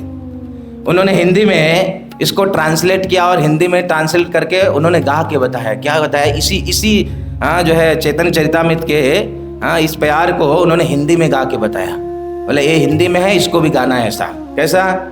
देहांत काले तुम सामने हो, बंसी बजाते मन को लुभाते, गाता हुआ नाथ तन में राता गोविंद दामोदर माधवेती। इसको हिंदी में ट्रांसलेट किया और आप लोग सुनेंगे तो मैं उस चीज़ को किया था। लेकिन भक्ति प्रभु ये बोलने के बाद ना बोले कि यही इच्छा मेरा भी है। मैं हमेशा यही चाहता हूँ कि अंत समय में भक्तों की सेवा करते हुए, और वो हुआ। रविवार का दिन 100 भक्तों के लिए प्रसाद प्रिपेयर किया, प्रसादम बनाया, भक्तों की सेवा करते हुए भगवान को भोग लगाया और सबकी सेवा करके कंप्लीट होके और इंस्टेंट एक क्षण में निकल गया। किसी को सेवा नहीं दिया, किसी को नहीं दिया। हरि वैष्णव गुरु कई सारे चीजें बता रहे थे ना, किसी को सेवा नहीं दिया, सेवा करने का एक मौका तक नहीं दिया। 3 साल पहले की बात है, 3-4 साल हो गया। परम पूज्य भक्ति पद्म स्वामी महाराज जो है जप करने से पहले कुछ मंत्रों को बोलते हैं। आप लोगों ने नोटिस किया होगा तो जपा माला में हाथ डालने से पहले उनका आधा घंटा का 20 मिनट का प्रेयर्स होता है। तब भक्ति प्रभु ने जब से देखा था बोले कि नहीं प्रभु क्या बोलते हैं मुझे जानना है, महाराज जी से पूछो ना, आप पूछो ना, आप पूछो ना। बोला कि मैं क्यों पूछो, वो गुस्सा करेंगे तो। एक दिन मैंने महाराज को बहुत पूछा तो उन्होंने बताया, लेकिन यह बात उन्होंने बोला था किसी को मत बोलना। लेकिन एक बात मैंने जो है भक्ति रसामृत प्रभु को बता दिया था उस समय। महाराज की एक प्रार्थना थी, वो महाराज डेली महाराज भी करते हैं। वो प्रार्थना का भाव ये है कि हे प्रभु मेरी मृत्यु जो है ना इंस्टेंट मृत्यु हो, तुरंत मैं चला जाऊं, ऐसा किसी भक्तों की सेवा मजा करना ना पड़े, मेरा बेड पे ना हो। ये मैंने उनको जब बताया तब से उनका ये रट मुख में आ गया कि मेरी मृत्यु भी ऐसे ही चाहिए, मेरी मृत्यु भी ऐसे ही चाहिए। इस प्रकार का उनका भी प्रार्थना शुरू हुआ और भगवान ने वो सौभाग्य उनको दिया। ये बहुत बड़ा सौभाग्य, दुख का विषय हमारे बीच में नहीं है, लेकिन ये बहुत बड़ा सौभाग्य है जो अंत समय में हर भक्त के लिए बहुत दुर्लभ है, बहुत दुर्लभ है। आज पितामह भीष्म ने भी शरीर त्यागा। अब देखिए भगवान ने क्या योग बनाया, कैसा योग बनाया। उत्तरायण का समय वर्णन है ना, उत्तरायण के समय में कोई भी व्यक्ति शरीर त्यागता तो उसकी उच्च गति ही होती है। पितामह भीष्म ने सरसैया पे रहकर किस समय का इंतजार किया शरीर छोड़ने के लिए। उनके पास तो इच्छा मृत्यु का वरदान था ना, कष्ट की तो कमी नहीं था ना, इतना बाण लगा था, वो मर सकते थे, लेकिन इंतजार किया इस समय का। कौन सा? ये बहुत बेस्ट, बहुत बेटर समय था। आज के समय का इंतजार किया, ये उत्तरायण के समय का इंतजार किया, क्योंकि इस समय में प्राण को छोड़ना मतलब, तो इसमें 1% कहीं से भी कोई डाउट नहीं है कि भगवान की सेवा में वो नहीं है। मैं सुबह पितामह भीष्म के अंतिम उद्गार जो भगवान को प्रस्तुत किए, भागवत के प्रथम स्कंद के 9वें अध्याय में अंत, और प्रभुपाद जी ने लिखा अंत में पितामह भीष्म ने किस प्रकार से शरीर छोड़ा, और प्रभुपाद जी लिखे हैं, ये आप पढ़ लीजिएगा 1:9-43, पहला स्कंद 9वां अध्याय और 43 नंबर श्लोक में प्रभुपाद जी क्या लिखते हैं कि भगवान की सेवा 9 प्रकार के सिद्धांतों से होता है। श्रवणम, कीर्तनम, विष्णु स्मरणम, पाद सेवनम, अर्चनम, वंदनम, दास्यम, सख्यम, आत्मनिवेदनम। ये 9 प्रकार की सेवा होती है। प्रभुपाद जी लिखते हैं, इन सारे भक्ति का वर्णन करते हैं। और प्रभुपाद जी क्या लिखते हैं कि जो है अगर इन भक्ति को कोई करता है, 9धा भक्ति को, और इसमें से किसी एक भक्ति को भी अगर पूर्ण करता है तो एजिटेट पढ़ता हूं मैं, इसमें से अगर कोई एक भक्ति को भी पूर्ण करता है तो उसको उसी प्रकार से जो है गंतव्य प्राप्त हो सकता है जैसे भीष्म देव ने जो है जो गंतव्य प्राप्त कर लिया। तो मैं याद कर रहा था कि इन 9धा भक्ति में से भी, वैसे तो सभी भक्ति साथ में था, लेकिन जो उनकी अर्चन भक्ति थी वो अद्भुत थी, उसका कोई तुलना नहीं है। आज भागवतम क्लास में ना आकर मैं केवल चिंतन कर रहा था, क्योंकि 10 साल का संबंध, 10-12 साल का संबंध उनके साथ, बड़ी आत्मीयता, मैं आपके सामने कुछ बोल पा रहा हूँ ना, इसका श्रेय मैं पूरा भक्ति प्रभु को देता हूँ। उन्होंने मुझे सिखाया, पग पग पे सिखाया कि क्या करना है, कैसे करना है, किस प्रकार से कथा करना है, कैसे करना है।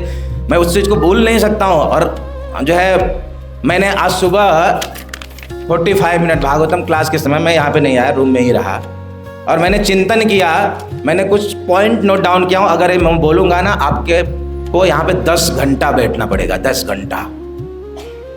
हाँ, इतने पॉइंट्स हैं, लेकिन मुझे मालूम है कि भक्ति प्रभु किसी भक्तों को कष्ट नहीं देना चाहते थे, और विशेष रूप से प्रसादम में तो बिल्कुल नहीं।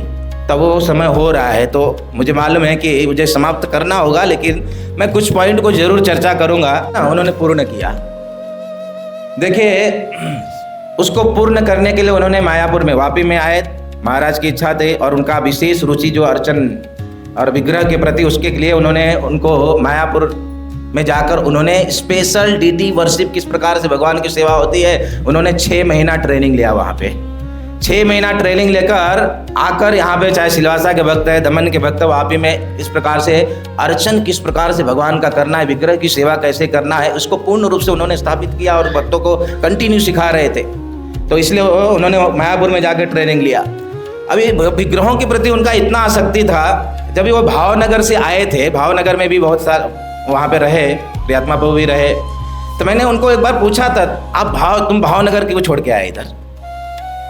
तो बोला, प्रभु जी ऐसे कोई दिक्कत नहीं था, बहुत अच्छा था वहाँ पे, लेकिन क्या है ना, वो विग्रह सेवा में ना मैनेजमेंट साथ नहीं देता है। मैं कुछ बोलता हूँ तो उस प्रकार की चीज़ें मिलता नहीं है, और मैं बहुत बोलता हूँ लेकिन फिर मैं हताश रह जाता हूँ। तो क्या है, विग्रह की सेवा अगर बराबर नहीं हो रहा है तो मेरा मन वहाँ पे नहीं रहेगा। इसलिए मेन रीजन ये है मेरा कि मैं वहाँ से आ गया था। फिर उसके बाद इतना ही नहीं, जो है मैं याद करूँगा कि 2024 में गोपीगंज में मेरी कथा थी 7 दिन का। हाँ, एकेश्वरी माता जी या फिर रत्ना प्रो के जो है गांव में, तो वहाँ पे हम 7 दिनों तक रुके थे और वहाँ पे एक सुंदर मंदिर, छोटा मंदिर का निर्माण हुआ। मंदिर का निर्माण करके और उन्होंने पूरे राधा गिरधारी, हाँ, बड़े विग्रह, हाँ, जैसे राधा गिरधारी, अपना राधा गिरधारी मीरा रोड में है ना, इतने बड़े राधा गिरधारी की स्थापना उन्होंने अकेले 2024 में कथा के दौरान जो है रामनवमी के दिन पूरा अकेले मंदिर का उद्घाटन किया। अकेले पूरा विधिवत 3 दिन का फेस्टिवल किया, हाँ, अधिवास किया, शयनवास किया, सब कुछ एकदम अकेले, इतना दिन रात करके उन्होंने बड़े सुंदर। और आज देखिए वो गांव में है मंदिर, लेकिन उस गांव के लोग जो है रेगुलर मंगल आरती जा रहे हैं, रेगुलर जो है वहाँ पे दर्शन कर रहे हैं, शाम को प्रसाद बट रहा है, सुबह जा रहे हैं, भागवत सुन रहे हैं। इस प्रकार से उस गांव में एक ऐसा मंदिर का निर्माण हुआ, उन्होंने ऐसा विग्रह का स्थापना किया, पूरे गांव के लोग जो है उस मंदिर से जुड़े और हरिनाम जप कर रहे हैं और भक्ति कर रहे हैं। कितनी बड़ी बात है, सोचिए।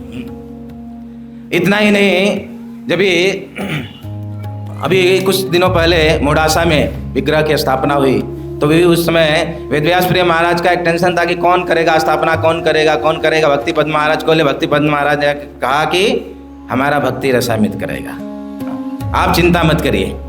और मोडासा में भी इतना सुंदर मंदिर का विग्रह की स्थापना हुई। वहाँ पे जो भी फेस्टिवल, जो भक्त गए हैं, बहुत सारे लोग जानते हैं कि किस प्रकार से उन्होंने बड़ी सुंदर तरीके से जो है वो और पार्थरी प्रभु ने मिल के बड़ा ही अद्भुत तरीके से सिस्टमेटिक जो है सुंदर विग्रह की स्थापना किया।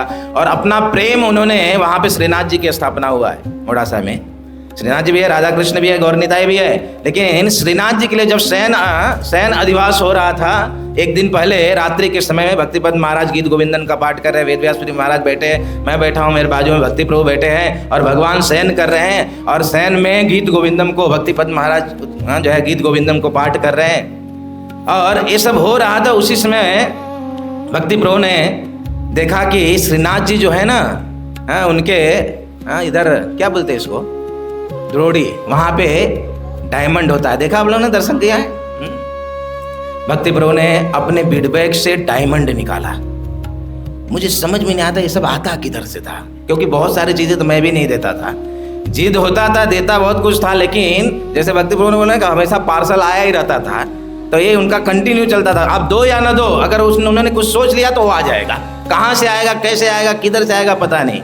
वो डायमंड को निकाला और वेद व्यास प्री महाराज के हाथ में रखा कि आपके श्रीनाथ जी के लिए मेरे तरफ से डायमंड गिफ्ट है।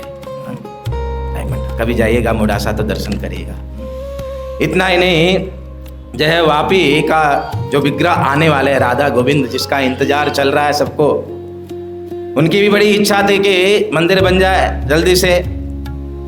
और विग्रहों को जब ऑर्डर देना हुआ तो हम तो जाके ऑर्डर दे के आ गए, लेकिन भक्ति प्रभु को जब पता चला कि ऐसे कैसे ऑर्डर दे दिया, कुछ भी बना के भेज देगा, थोड़ा नहीं चलेगा ऐसा। तो भक्ति पद्म महाराज ने कहा कि एक काम करो, उसके साथ में एक बार चले जाओ। मैं एक बार गया, जब पहली बार मैं गया उनके साथ में, तो उस जो कलाकार जो बनाने वाला जयपुर में, वो बैठा हुआ है। भक्ति प्रभु खड़े होकर वो विग्रह कैसा होना चाहिए, किस पोज में होना चाहिए, उस पोज में खड़े होकर, टेढ़े खड़े होकर, कितना इतना कैप होना चाहिए, कैसा होना चाहिए, स्माइल कैसा होना चाहिए, आंख कैसा होना चाहिए, ये कैसा होना चाहिए, कम से कम नहीं तो आधा घंटा अपने खुद के एक्शन से उन्होंने दिखाया कि इस प्रकार का बनाना है और एज इट इज बनना चाहिए। अगर नहीं बनेगा तो हम उसको रिजेक्ट करेंगे। तो टेंशन में आ गया। तो उसने क्या कहा मुझे कि प्रभु जी, हम इनकी मांग तो पूरी कर देंगे, लेकिन मांग को पूरी करने के लिए आप लोगों ने जो रेट फाइनल किया ना, उसमें नहीं होगा, 3 लाख रुपया और बढ़ाना पड़ेगा।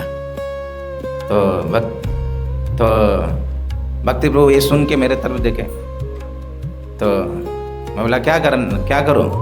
बोला मुझे तो ऐसा चाहिए, आपको क्या करना हो देखो। तो मैंने उस समय उनके भाव को देखकर मैंने उसको बोला कि कोई बात नहीं भाई, 3 लाख एक्स्ट्रा सही, तू ऐसा कर जैसे जब तक ये संतुष्ट नहीं होगा। और राधा गोविंद जो है उनकी पूरी प्रेरणा, इतना मेहनत कर, और इतना ही नहीं, उसके बाद बन के प्रथम जब पिक्चर आया तो जो है भक्ति प्रभु का फोन आया कि प्रभु जी बराबर बना नहीं है, जाना पड़ेगा। तो उस समय पार्थरी प्रभु हमारे पास आ गए थे। तो बोला एक काम करो, मैं नहीं जाऊंगा अभी साथ में, हाँ ये सब मैं इतना ज़्यादा नहीं कर सकता हूँ, एक काम करो पार्थरी प्रभु आप दोनों निकलो। तो क्या बोला कि तुमने मोटा बना दिया। मुझे फ़ोन किया, प्रभु जी विग्रह मोटा बन गया। बोला तुम भी तो मोटा है, विग्रह मोटा इसलिए बना, वो तुमको देख के बना, तुमको देख के किया होगा। तो बोला नहीं चलेगा प्रभु जी, नहीं चल वाला, कोई बात नहीं। दोनों गए। अभी रिसेंट की बात है, पिछले 3-4 महीना पहले प्रियात्मा प्रभु भी गए थे साथ में। तो जाके वहाँ पे सुधार कराए, और मुझे अभी परसों ही पता चला जो एक चीज़, जो नई चीज़ हुई है राधा गोविंद में, कि उन्होंने भक्ति प्रभु ने मुझे, ये पार्थ हरि प्रभु ने बताया, मुझे कभी तक पता नहीं था। पार्थ हरि प्रभु ने बताया कि प्रभु जी भक्ति प्रभु का विग्रहों के प्रति भाव अद्भुत, मैं भी कलाकार हूँ, मैं भी करता हूँ, लेकिन जो भाव भक्ति प्रभु का है ना वो अद्भुत है। आपके राधा गोविंद के वक्ष स्थल पे उन्होंने भृगु ऋषि के चरण कमल को भी छोटा सा स्थापित किया, जो किसी भी इस्कॉन मंदिर में नहीं है। मतलब उन्होंने ये दिखाया कि भगवान भक्तों से कितना प्रेम करते हैं। और भृगु ऋषि के कौन याद करते हैं उनके चरण कमल, वक्ष स्थल पे चरण कमल दिया है। अभी तक मैं नहीं देखा और मुझे पता नहीं था, लेकिन परसों जब मेरी बात पार्थ हरि प्रभु से हुई तो उन्होंने उनको स्मरण करते हुए ये सारी बातों को उन्होंने बताया मुझे। तो जब यहाँ पे विग्रह आएंगे, अब विग्रह का जब दर्शन करेंगे ना, हमें तो केवल जीवन भर भक्ति प्रभु याद आने वाले हैं, क्योंकि उनके ही पूरा रूप विग्रह के रूप में यहाँ पे आएंगे। साथ साथ में इतना ही नहीं, धर्मपुर में विग्रहों के प्रति की प्रेम की बात कर रहा हूँ मैं। धर्मपुर में विग्रहों की सेवा देखिए, जब गए तो वहाँ पे कुछ नहीं था, फोटो वोटो रखे। फिर बाद में क्या हुआ, अभी इस्कॉन के रूल्स का, हम तो वो मैनेजर वाले लोग हैं ना, हम तो उसी दृष्टिकोण से सब कुछ देखते हैं थोड़ा। भाई डीटी ऐसा नहीं रख सकते हैं, उसके लिए बहुत सारे डीटी मिनिस्ट्री के रूल्स रेगुलेशन है, लेकिन फिर भी विग्रहों का प्रति ऐसा भाव कि उन्होंने बहुत जल्दी से जल्द ही क्या कर दिया कि जगन्नाथ जी को पहले ला दिया। ब्रजमोहन तो थे ही, जगन्नाथ जी भी आ गए, जगन्नाथ जी को कर दिया, वहीं के भक्तों ने मिलकर कर दिया। फिर उसके बाद चलो विग्रहों की सेवा करने लगे। मुझे प्राप्त हुआ एक शालिग्राम, बड़ा शालिग्राम है, बरा जी का बड़ा। आप कभी धर्मपुर जाएगा तो दर्शन करिएगा। मुझे जो है नेपाल से किसी भक्त ने गंडकी से लाकर मेरे पास दिया था। तो 2 शालिग्राम दिए थे, एक नरसिम्हा शालिग्राम जो हमारे अल्टर में है, और एक बरा शालिग्राम थे जो मैंने भक्ति प्रभु को दिया। मैं विग्रहों का बारे में उनका बात को बता रहा हूँ कि इतना अच्छे से सेवा पूजा करने लगे, इतना अच्छे से सेवा पूजा करने लगे। क्या रूप, क्या दर्शन हो बरा जी का। हाँ, उनके लिए गदा, उनके लिए क्या क्या सब किस प्रकार से कर रहे थे, अद्भुत। और हुआ क्या, देखिए विग्रहों की सेवा ऐसे करते हैं ना, मानो विग्रह उनके पास चल के आते और बोलते मेरा सेवा कर। मैं आपको बोल, मैं दिया था 1 शालिग्राम और कुछ दिनों के 1 महीने के बाद एक दूसरा शालिग्राम आ गए। मैं जब गया था ये दूसरा कहाँ से आ गए? बोले मुझे नहीं मालूम प्रभु जी, कोई रख के चला गया, डर के, हाँ मैं डांटूंगा करके, नहीं मालूम कौन रख के चला गया। और ऐसे करते करते ये रखा तो वो रखा। आप जाइए वहां पे, कितना शालिग्राम है अभी? 18 शालिग्राम हो गया, 18 शालिग्राम। मानो विग्रह चल के आए उनके पास उनकी सेवा लेने के लिए कि मेरी सेवा कर। ये विग्रह में उनकी निष्ठा देखिए। और हमारा एक ही है यहाँ पे, हमारे पास कोई चल के नहीं आए लेकिन उसके पास चल के इतने सारे, कोई सोर्स नहीं, उनको भी नहीं मालूम कहाँ से आया। कोई आया मंदिर के पास रख के चला गया। अब क्या सेंटर है तो कोई भी भगवान के पास तक चला जाता है ना, ऐसा ही है ना, तो जो भी भक्त दर्शन करने का वो आता है, वो शालिका में अपना भी रख के चला जाता है, उसको पता ही नहीं। तो विग्रह स्वयं चल के, जैसे गोपाल भट्ट गोस्वामी बार बार छोड़ रहे थे ना गंडकी में, लेकिन भगवान चाहते थे कि मेरी सेवा करो। तो इनकी सेवा तो विग्रहों के प्रति जो था, विग्रह भी चल के आते थे। और इतना ही नहीं, प्रचार, कुछ लोग बोलेंगे कि भक्ति प्रभु ने प्रचार नहीं किया, मैं उसको भी स्मरण करूंगा। प्रचार मतलब क्या? अच्छा प्रवचन देंगे और लोग सुनेंगे और ताली बजाएंगे और हमको फॉलो करेंगे, हाँ गुणगान करेंगे, हमारा यही प्रचार है? नहीं, भक्ति प्रभु ने भी प्रचार किया। आज भक्ति प्रभु का जो प्रचार है ना, ये सारे लोग दिख रहे हैं। और जब उनका संस्कार हुआ तो भक्तों की जोड़ लग चुकी थी। और ऐसे प्रोग्राम, ये 4था प्रोग्राम है भक्ति प्रभु के लिए प्रोग्राम, 3 प्रोग्राम सूरत में हो चुका।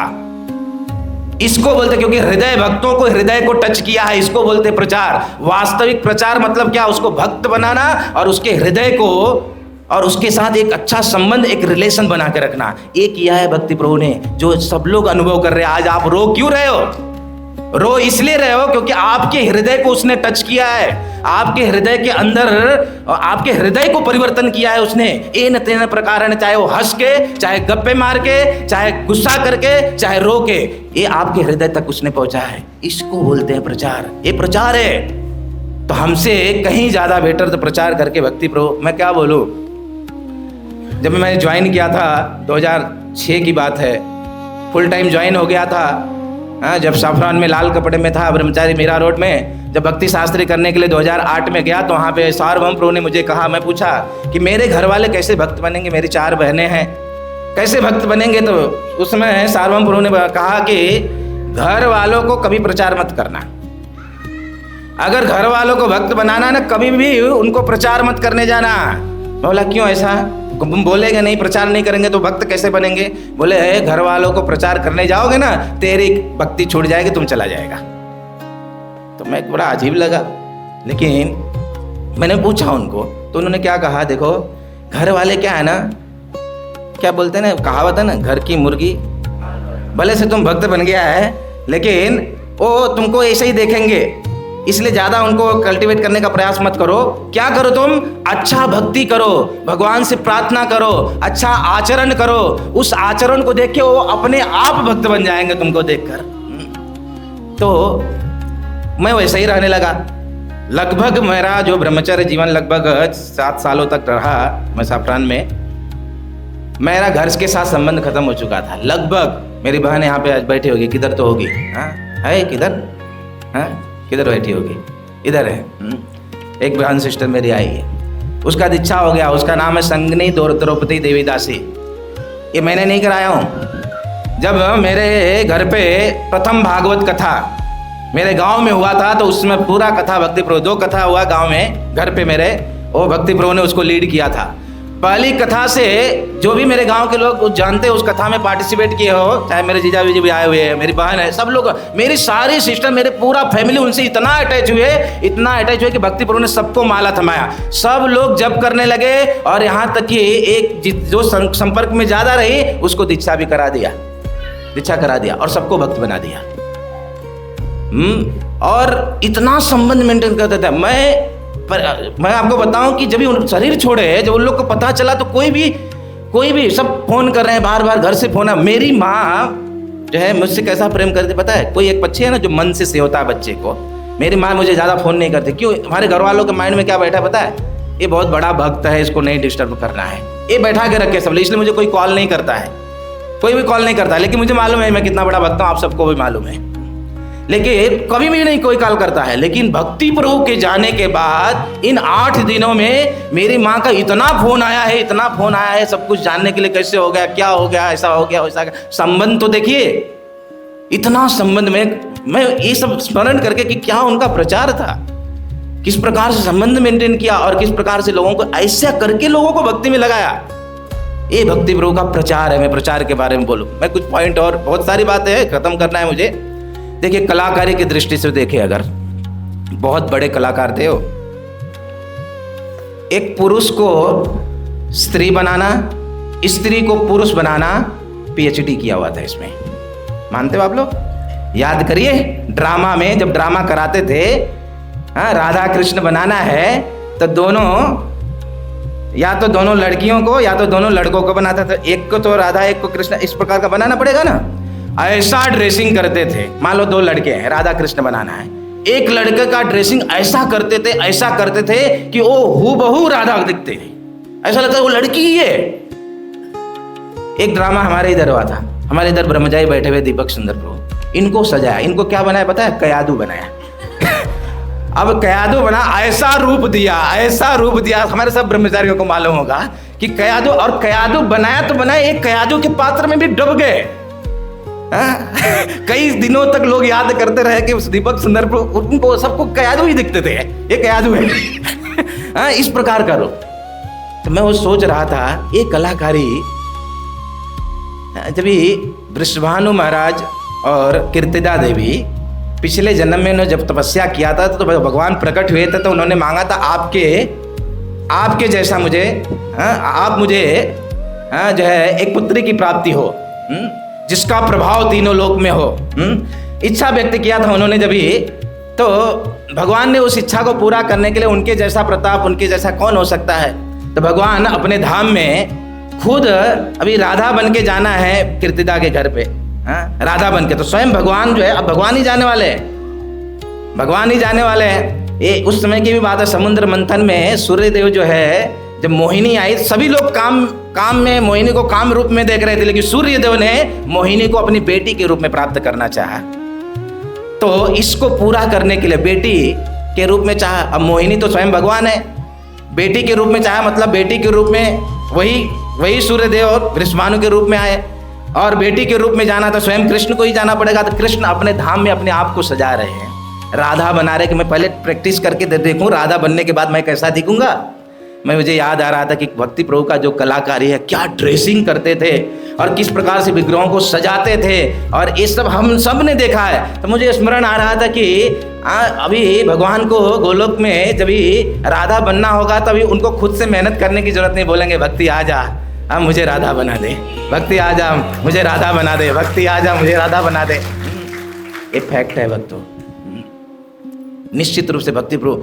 मैं इधर वो जब हेड पुजारी थे तो क्या होता था, हमारे जयानंद प्रभु भी सेवा करने आते थे। तो जयानंद प्रभु को क्या है, थोड़ा से जो है दृष्टि कमज़ोर हो गई है एज की वजह से।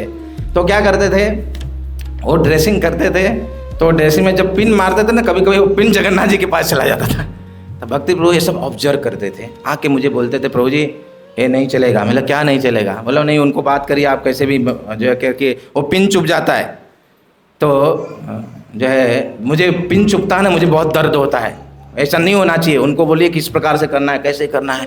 इतनी बारीकी से हर एक सेवाओं को वो करते थे और इतनी बारीकी से ध्यान देते थे, उनके ऑर्नामेंट्स, उनके ज्वेलरीज इत्यादि सब कुछ जो है वो अद्भुत। ये सब कलाकारी जो है कैसे भूल सके।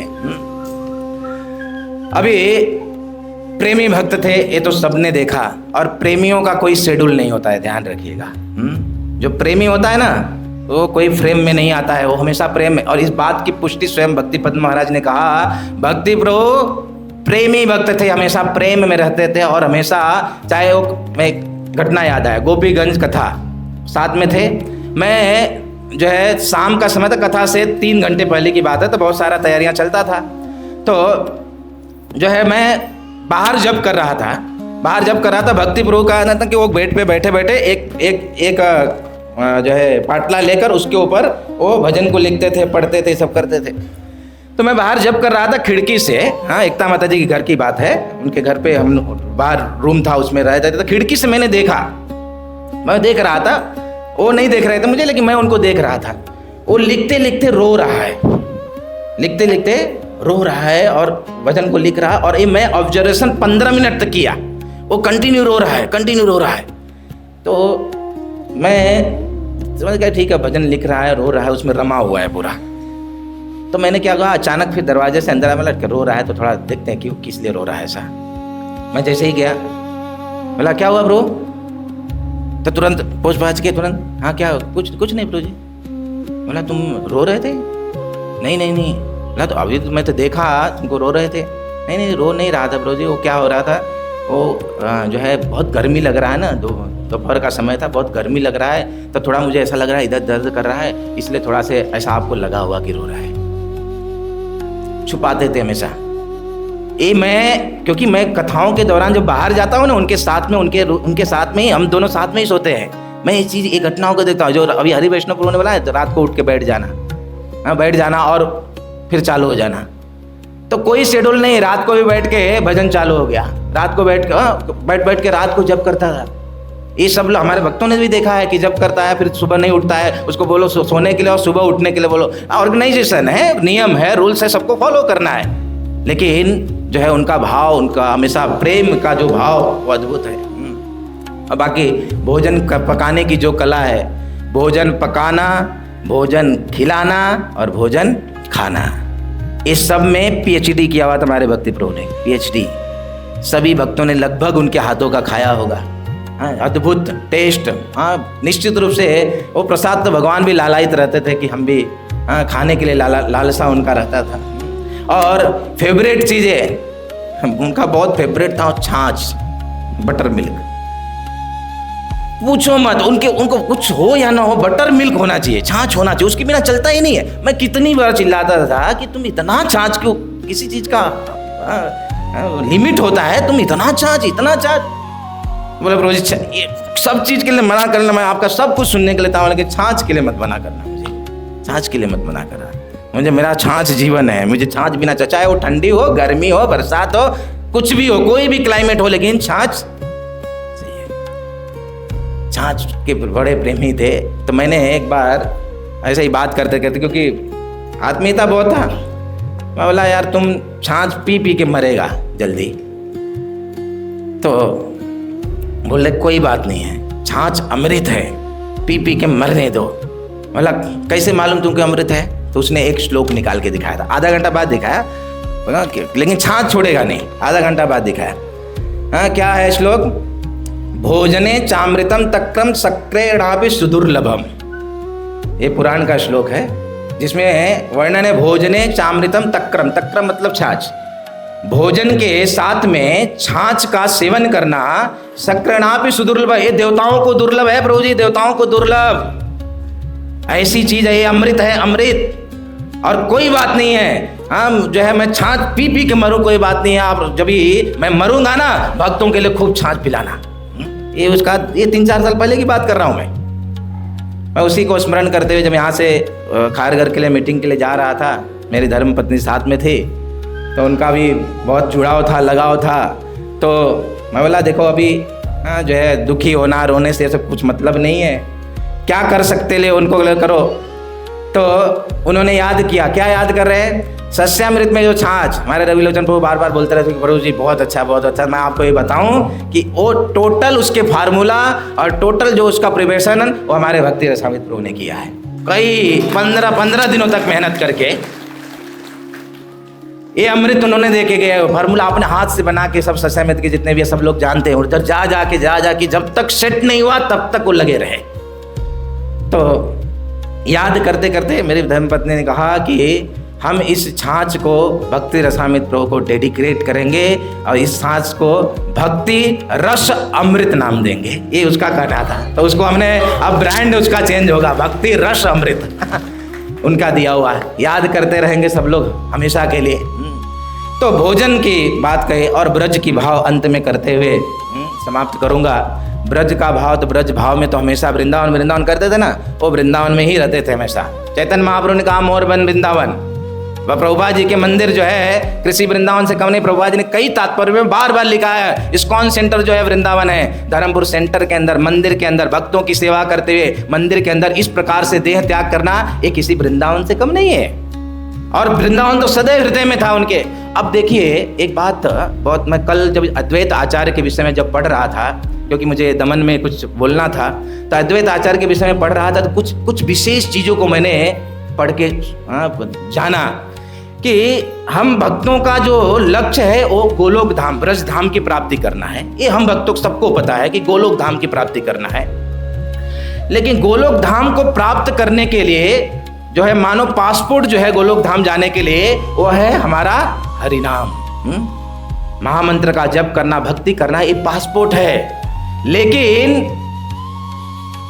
पासपोर्ट रहने से भी कोई गोलोक धाम ब्रज धाम की प्राप्ति नहीं करेगा। जैसे आपके पास पासपोर्ट होता है, आप अमेरिका जा सकते हो? नहीं जा सकते हो अमेरिका। अमेरिका जाने के लिए क्या होना चाहिए? वीजा होना चाहिए। पासपोर्ट केवल काफी नहीं है। तो मैं पढ़ रहा था इन प्रसंगों को जब अद्वैत आचार्य के पास टाइम के माध्यम से कि हमारे पास पासपोर्ट है, हरिनाम है, भक्ति है, भक्तों का संग है, सेवा कर रहे हैं, लेकिन उस पासपोर्ट पे जब तक मायापुर का श्री चैतन्य महाप्रभु का मुहर नहीं लगेगा तब तक कोई उस गोलोक धाम को प्राप्त नहीं कर पाएगा। और हमारे भक्ति प्रभु हर साल उस मुहर को मारने के लिए मायापुर जाया करते थे। ब्रज में तो और इन कई सारे भक्तों को अनुभव है कि जबरदस्ती कर करके उनको मायापुर लेके जाते थे कि चलो मेरे साथ चलो चलो चलो, बोलते रहते थे। कई भक्तों ने मायापुर की, ऐसा कोई उनकी इच्छा कोई योग नहीं था, लेकिन उन्होंने जानबूझकर बोल कर, क्योंकि जब तक मायापुर का स्टैंप नहीं होगा, चैतन्य महाप्रभु की कृपा नहीं होगा, तब तक कोई गोलोक धाम ब्रज धाम की प्राप्ति नहीं करेगा। आप इसको याद करिए। और उन्होंने हर साल बिना मिस किए चैतन्य महाप्रभु की उस धाम की उनकी परिक्रमा, नवद्वीप की परिक्रमा, और इस प्रकार से चैतन्य महाप्रभु की कृपा को प्राप्त किए और भक्तों को भी कराया। तो वो तो निकल गए भगवान के धाम में, इसमें कोई डाउट नहीं है। भगवान इस प्रकार का लेके जाना उनकी पूर्ण हो गया था, उनका लेके चले गए, क्योंकि शायद इसके बाद उनका शरीर साथ नहीं देता, इसलिए भगवान से प्रार्थना किए थे, तो इसलिए भगवान लेके चले। वो तो धाम में गए, सेवा में लग गए। लेकिन अभी उनके स्मरण में उस प्रकार का भाव, उस प्रकार का प्रेम, उस प्रकार का विग्रहों के प्रति जो निष्ठा है, ये हमारे गुरु महाराज से भी देखने के लिए प्राप्त होता है। वही उन्होंने शायद आत्मसात किया। ये विग्रहों के प्रति का निष्ठा जो है, और जो सुंदर जो विग्रह आने वाले हैं राधा गोविंद जी, उसका प्रिपरेशन के लिए हम सभी को कर्तव्य है कि अपने विग्रहों की सेवा में सब लोग बड़े अच्छे से लग जाए और उनको स्मरण करते हुए वो सेवा करें। और ऐसी प्रार्थना हम करते हैं उनसे, क्योंकि उस गोलोक धाम से हमारे ऊपर आशीर्वाद करें, ताकि हम जो है इस प्रकार से विग्रहों के, उनकी जो निष्ठा विग्रहों के प्रति थी, हमारा भी वो निष्ठा विग्रहों के प्रति हो, क्योंकि विग्रहों के प्रति निष्ठा नहीं हुआ तो बहुत समस्या। तो अभी पूर्णावती प्रभु जी ने बोला मेरा, लेकिन भक्ति पद्म महाराज के मुखारबिंद से 6 मिनट का उन्होंने ग्लोरिफिकेशन दिया है, भेजा है। मैं चाहता हूँ कि लास्ट भक्ति पद्म महाराज जो है अपने भाव को आप लोग को सुनाएंगे, तो ध्यान से सुनिएगा। उसके बाद पुष्पांजलि, साथ साथ में प्रसाद भी प्रारंभ होगा। तो प्ले कहाँ से होगा?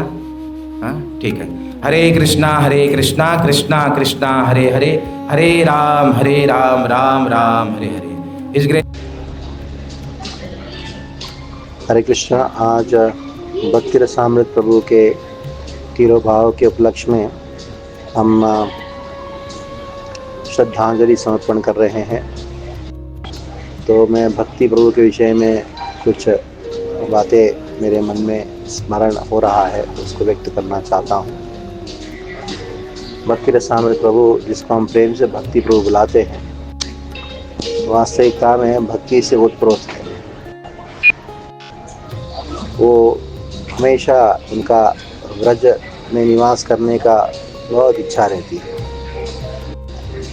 मैंने सुना कि कुछ दिन पहले, उनके तिरोभाव के कुछ दिन पहले ही सुंदर गोपाल प्रभु को उन्होंने मैसेज भेजा कि मैं वृंदावन वास करना चाहता हूँ, लेकिन भक्ति पद्मा स्वामी मुझे अनुमति नहीं दे रहे, मुझे भेज नहीं रहे। तो मुझे ये बात नहीं मालूम था कि भगवान चाहते थे कि वो व्रजवास करे। तो भगवान ने कहा भक्ति प्रभु को, ठीक है, ये भक्ति पद्म स्वामी होता कौन है तुमको भेजने वाला, नहीं भेजने वाला, मैं तुमको बुला लेता हूँ। तो ऐसे ही अनुभव हो रहा है कि भगवान चाहते हैं कि अभी तुम आ जाओ, जल्दी आ जाओ मेरे पास, करके ले लिए। उनके हृदय में राग भक्ति के लक्षण बहुत दिखाई पड़ रहे थे। वो स्वाभाविक ब्रजवासी हैं, स्वाभाविक राधा कृष्ण भजन उनके हृदय से निकलता है। अनेकों भजन इतना सुंदर तरीके से गाते हैं। शायद ही इस्कॉन में ऐसे भक्त हो जो स्वाभाविक तरीके से इस प्रकार के वैष्णव भजन गा सके। उन्होंने जितने वैष्णवों को बड़े प्रेम से खुद बना के खुद खिलाए और खास करके प्रसाद देते थे, तो सबको परोसने का आखिरी में जो बचता था वही लेते प्रसाद। ये वैष्णव का लक्षण है। वो राधा कृष्ण के जो सेवा है, विग्रह सेवा है, इसमें कहीं भी कमी नहीं होने देते थे। भले उनसे इतना हो नहीं पाता था, लेकिन फिर भी जब कहीं कमी दिखता है तो रोना शुरू कर देते।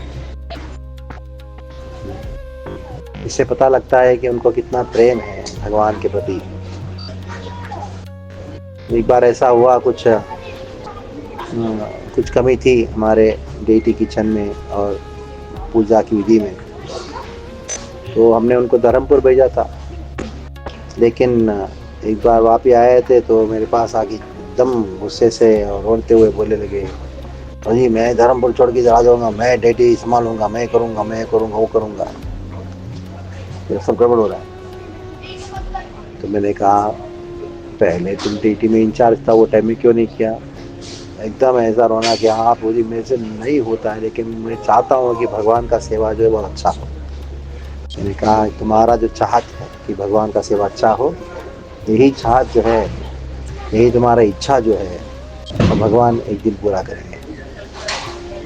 तो ऐसे मैंने एक दिन पूछा, कुछ दिन पहले या कुछ महीने पहले, भक्ति प्रभु अभी नए मंदिर में भगवान जगन्नाथ जी कैसे है, खुश है कि सेवा कैसे चल रहा है। कहाँ प्रभु जी बहुत अच्छा चल रहा है सेवा। तो वो जाने से पहले हमारे जो जेटी सेवा का सर्टिफिकेट देखे गए। 1 साल 1.5 साल पहले की बात है। वो एक दिन बहुत गुस्से से बोलने लगे थे कि ये बराबर चल नहीं रहा है, और वो अपने असमर्थ व्यक्ति, मैं चाहता हूँ कि अच्छा हो। तो मैंने कहा तुम्हारा ये जो चाहत है, तुम्हारा जो इच्छा है, भगवान पूरा करेंगे। तो उनकी जो प्रबल इच्छा है डेटी वर्शिप अच्छा हो वापी में, वो प्रबल इच्छा की वजह से ही हमारा मंदिर में अभी सेवाएं बहुत अच्छी चल रही है। हम जो आज मना रहे हैं श्रद्धांजलि बिलवाड़ा में, जिस दिन भक्ति प्रभु का तिरुभाव हुआ उसका अगला दिन सुबह ही मना लिए थे। तो उधर के भक्त, खास करके विजयनगर के जो भक्त हैं, उनको बहुत याद कर रहे थे। विजयनगर में कितना 4-5 महीने 6 महीने थे बस, लेकिन उधर के इतने बच्चे पूछो मत, सबको ने भजन सिखा दिया था। आज भी वही बच्चे अभी थोड़ा बड़े हो गए, कीर्तन सेवा कर वही संभालते हैं। हम देखते हैं कि भक्ति प्रभु कई उन्होंने व्यासासन में बैठ के प्रवचन देना, अनेकों बड़े लोगों को कथा करना, वो सब नहीं किया। लेकिन उन्होंने जितने लोगों का हृदय स्पर्श किया अपने प्रेम भाव से, अपने व्यवहार से, प्रसाद बना के खिला के, वो जो चीज़ है वो बड़े बड़े प्रवक्ता भी नहीं कर सकते। तो अभी हमारे बीच में नहीं रहे, उनकी कभी तो हमेशा अनुभव होती रहेगी, लेकिन उनका स्मरण शाश्वत रूप में रहे। तो इसके लिए हम धर्मपुर का जो प्रोजेक्ट है, वास्तविकता में ऐसे प्रोजेक्ट में कोई जाके कोई ब्रह्मचारी सेवा करने के लिए तैयार नहीं होता है। लेकिन मैंने डर करके पूछा था भक्ति प्रभु से, जाओगे क्या? हाँ बोला जाता हूँ। आप बोलोगे तो बार बार उधर से निकलने के सोच रहे थे, लेकिन कुछ मान रखे मेरे प्रति, तो धर्मपुर प्रोजेक्ट में इतना संघर्ष किया पूछो मत। तो उस प्रोजेक्ट में भक्ति प्रभु हमको धर्मपुर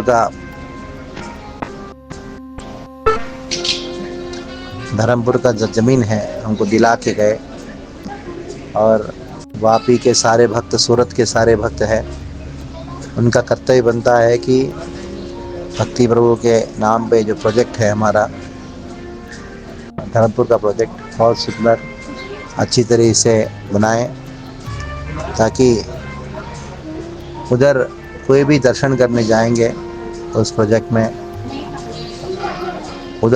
में जो भी सेवा करेंगे, भक्ति प्रभु के हृदय में जो भाव भक्ति है, जो प्रेम भक्ति है भगवान श्री कृष्ण राधा कृष्ण की, ब्रजवास के प्रति उनका जो आस्था है, उनका जो प्रेम है, उनकी जो प्रबल इच्छा है, वो इच्छा भी हमारे अंदर प्रकट हो।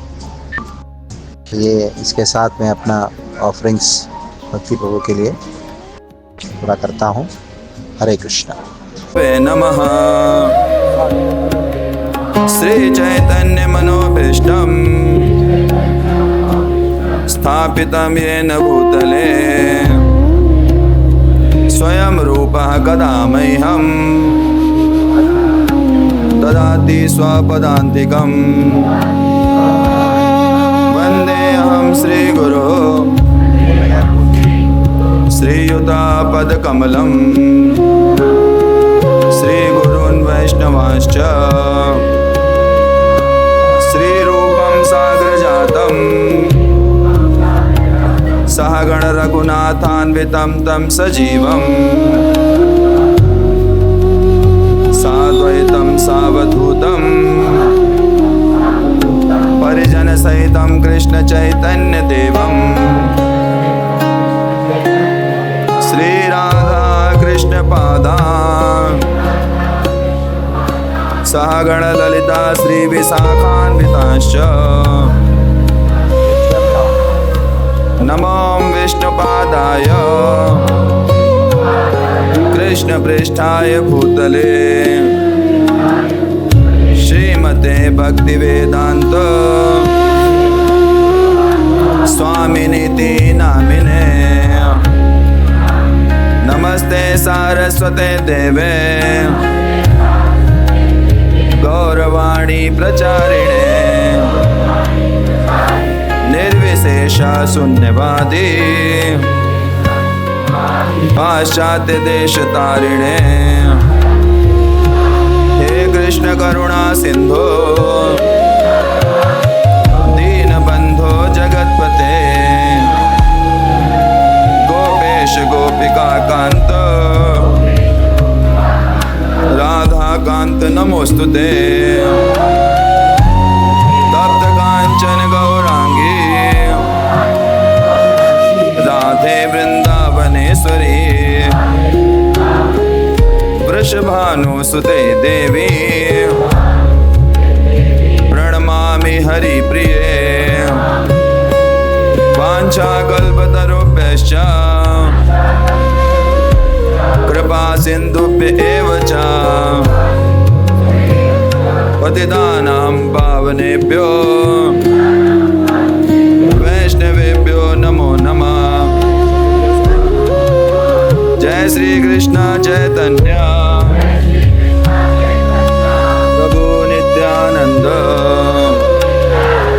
श्री अद्वैत गदाधर श्रीवासादि गौर भक्त वृंद। हरे कृष्ण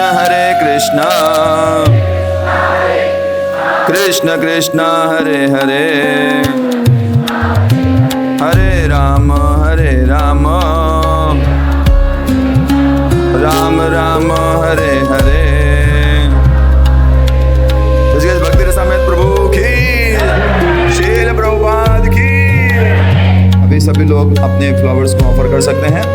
ध्यान रहे माता जी उस तरफ से उधर फूल रखे हुए हैं, प्रभु जी लोग इस तरफ से। प्रणाम करने के लिए कृपया पीछे जाएं।